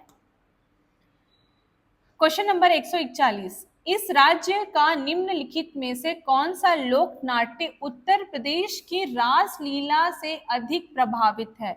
ऑप्शन ए चंदैनी गोंदा, बी रहस, सी नाचा, डी गम्मत। तो इसका आंसर आएगा बी रहस। ये जो रहस है वो राधा कृष्ण की रासलीला पर आधारित है, जो उत्तर प्रदेश की रासलीला से अधिक प्रभावित हुई है। नेक्स्ट क्वेश्चन देखते हैं। क्वेश्चन नंबर 142, इस राज्य में रतनपुर के कलचुरी वंश के निम्नलिखित किस शासक ने सकल कोसलाधिपति की उपाधि धारण की? ऑप्शन ए रत्नदेव प्रथम, बी पृथ्वीदेव प्रथम, सी रत्नदेव द्वितीय, डी पृथ्वीदेव द्वितीय। तो इसका आंसर आएगा बी पृथ्वीदेव प्रथम। इनके द्वारा सकल कोसलाधिपति मतलब पूरे कोसल का आधिपत्य इनके अंडर आ गया था, इसलिए इनको बोला जा रहा है सकल कोसलाधिपति की उपाधि इनको मिली। नेक्स्ट क्वेश्चन देखते हैं। क्वेश्चन नंबर 143, इस राज्य के निम्नलिखित में से किस स्थान पर जनवरी 1922 में आरक्षित जंगल से पेड़ काटकर बेगारी के विरुद्ध अपना क्षोभ प्रकट किया गया था? ऑप्शन ए कांके, बी छुईकदान, सी नगरी सिहावा, डी है आपका परलकोट। तो इसका आंसर आएगा सी नगरी सिहावा। यहाँ पर आपका जंगल सत्याग्रह हुआ था, जो आप बोल सकते हैं कि जंगल में पेड़ काटकर बेगारी के विरुद्ध अपना क्षोभ प्रकट किया गया था। ठीक है, नेक्स्ट क्वेश्चन देखते हैं। क्वेश्चन नंबर 144, इस राज्य का निम्नलिखित में से कौन सा लोकगीत प्रेम गीत के रूप में जाना जाता है? ऑप्शन ए भरथरी, बी ददरिया, सी ढोला मारू, डी जसगीत। तो इसका आंसर आएगा ददरिया। ददरिया एक प्रणय गीत भी है ना, प्रेम प्रसंग गीत भी कहा जा रहा है, और यहाँ पे प्रेम गीत के रूप में भी जाना जा रहा है ददरिया। ठीक, नेक्स्ट क्वेश्चन देखते हैं। क्वेश्चन नंबर 145, इस राज्य में निम्नलिखित में से किस नदी पर जगदलपुर के निकट चित्रकूट प्रपात स्थित है? Option A Godavari, B Indravati, C Sabari, D Shankhini. तो इसका आंसर आएगा बी इंद्रावती। इंद्रावती नदी पे चित्रकूट जलप्रपात है और ये जो जलप्रपात है इसे भारत का नियाग्रा कहा जाता है, जो छत्तीसगढ़ का ही नहीं अपितु पूरे भारत का सबसे चौड़ा जलप्रपात है। नेक्स्ट क्वेश्चन देखते हैं। नंबर 146, इस राज्य में निम्नलिखित में से किस खनिज के सर्वाधिक भंडारण है? ऑप्शन ए कोयला, बी लौह अयस्क, सी बॉक्साइट, डी चूना पत्थर। तो इसका आंसर आएगा ए कोयला। अच्छा, ये कोयला मिलता कहाँ है छत्तीसगढ़ में? यदि हम देखेंगे तो ये हमारा छत्तीसगढ़ है, तो छत्तीसगढ़ का जो ये वाला भाग है यहाँ पे मुख्यतः आपको मिलेगा कोयला। तो ध्यान रखिएगा, सर्वाधिक भंडारण किसका है छत्तीसगढ़ में? तो कोयला है। ठीक, नेक्स्ट क्वेश्चन देखते हैं।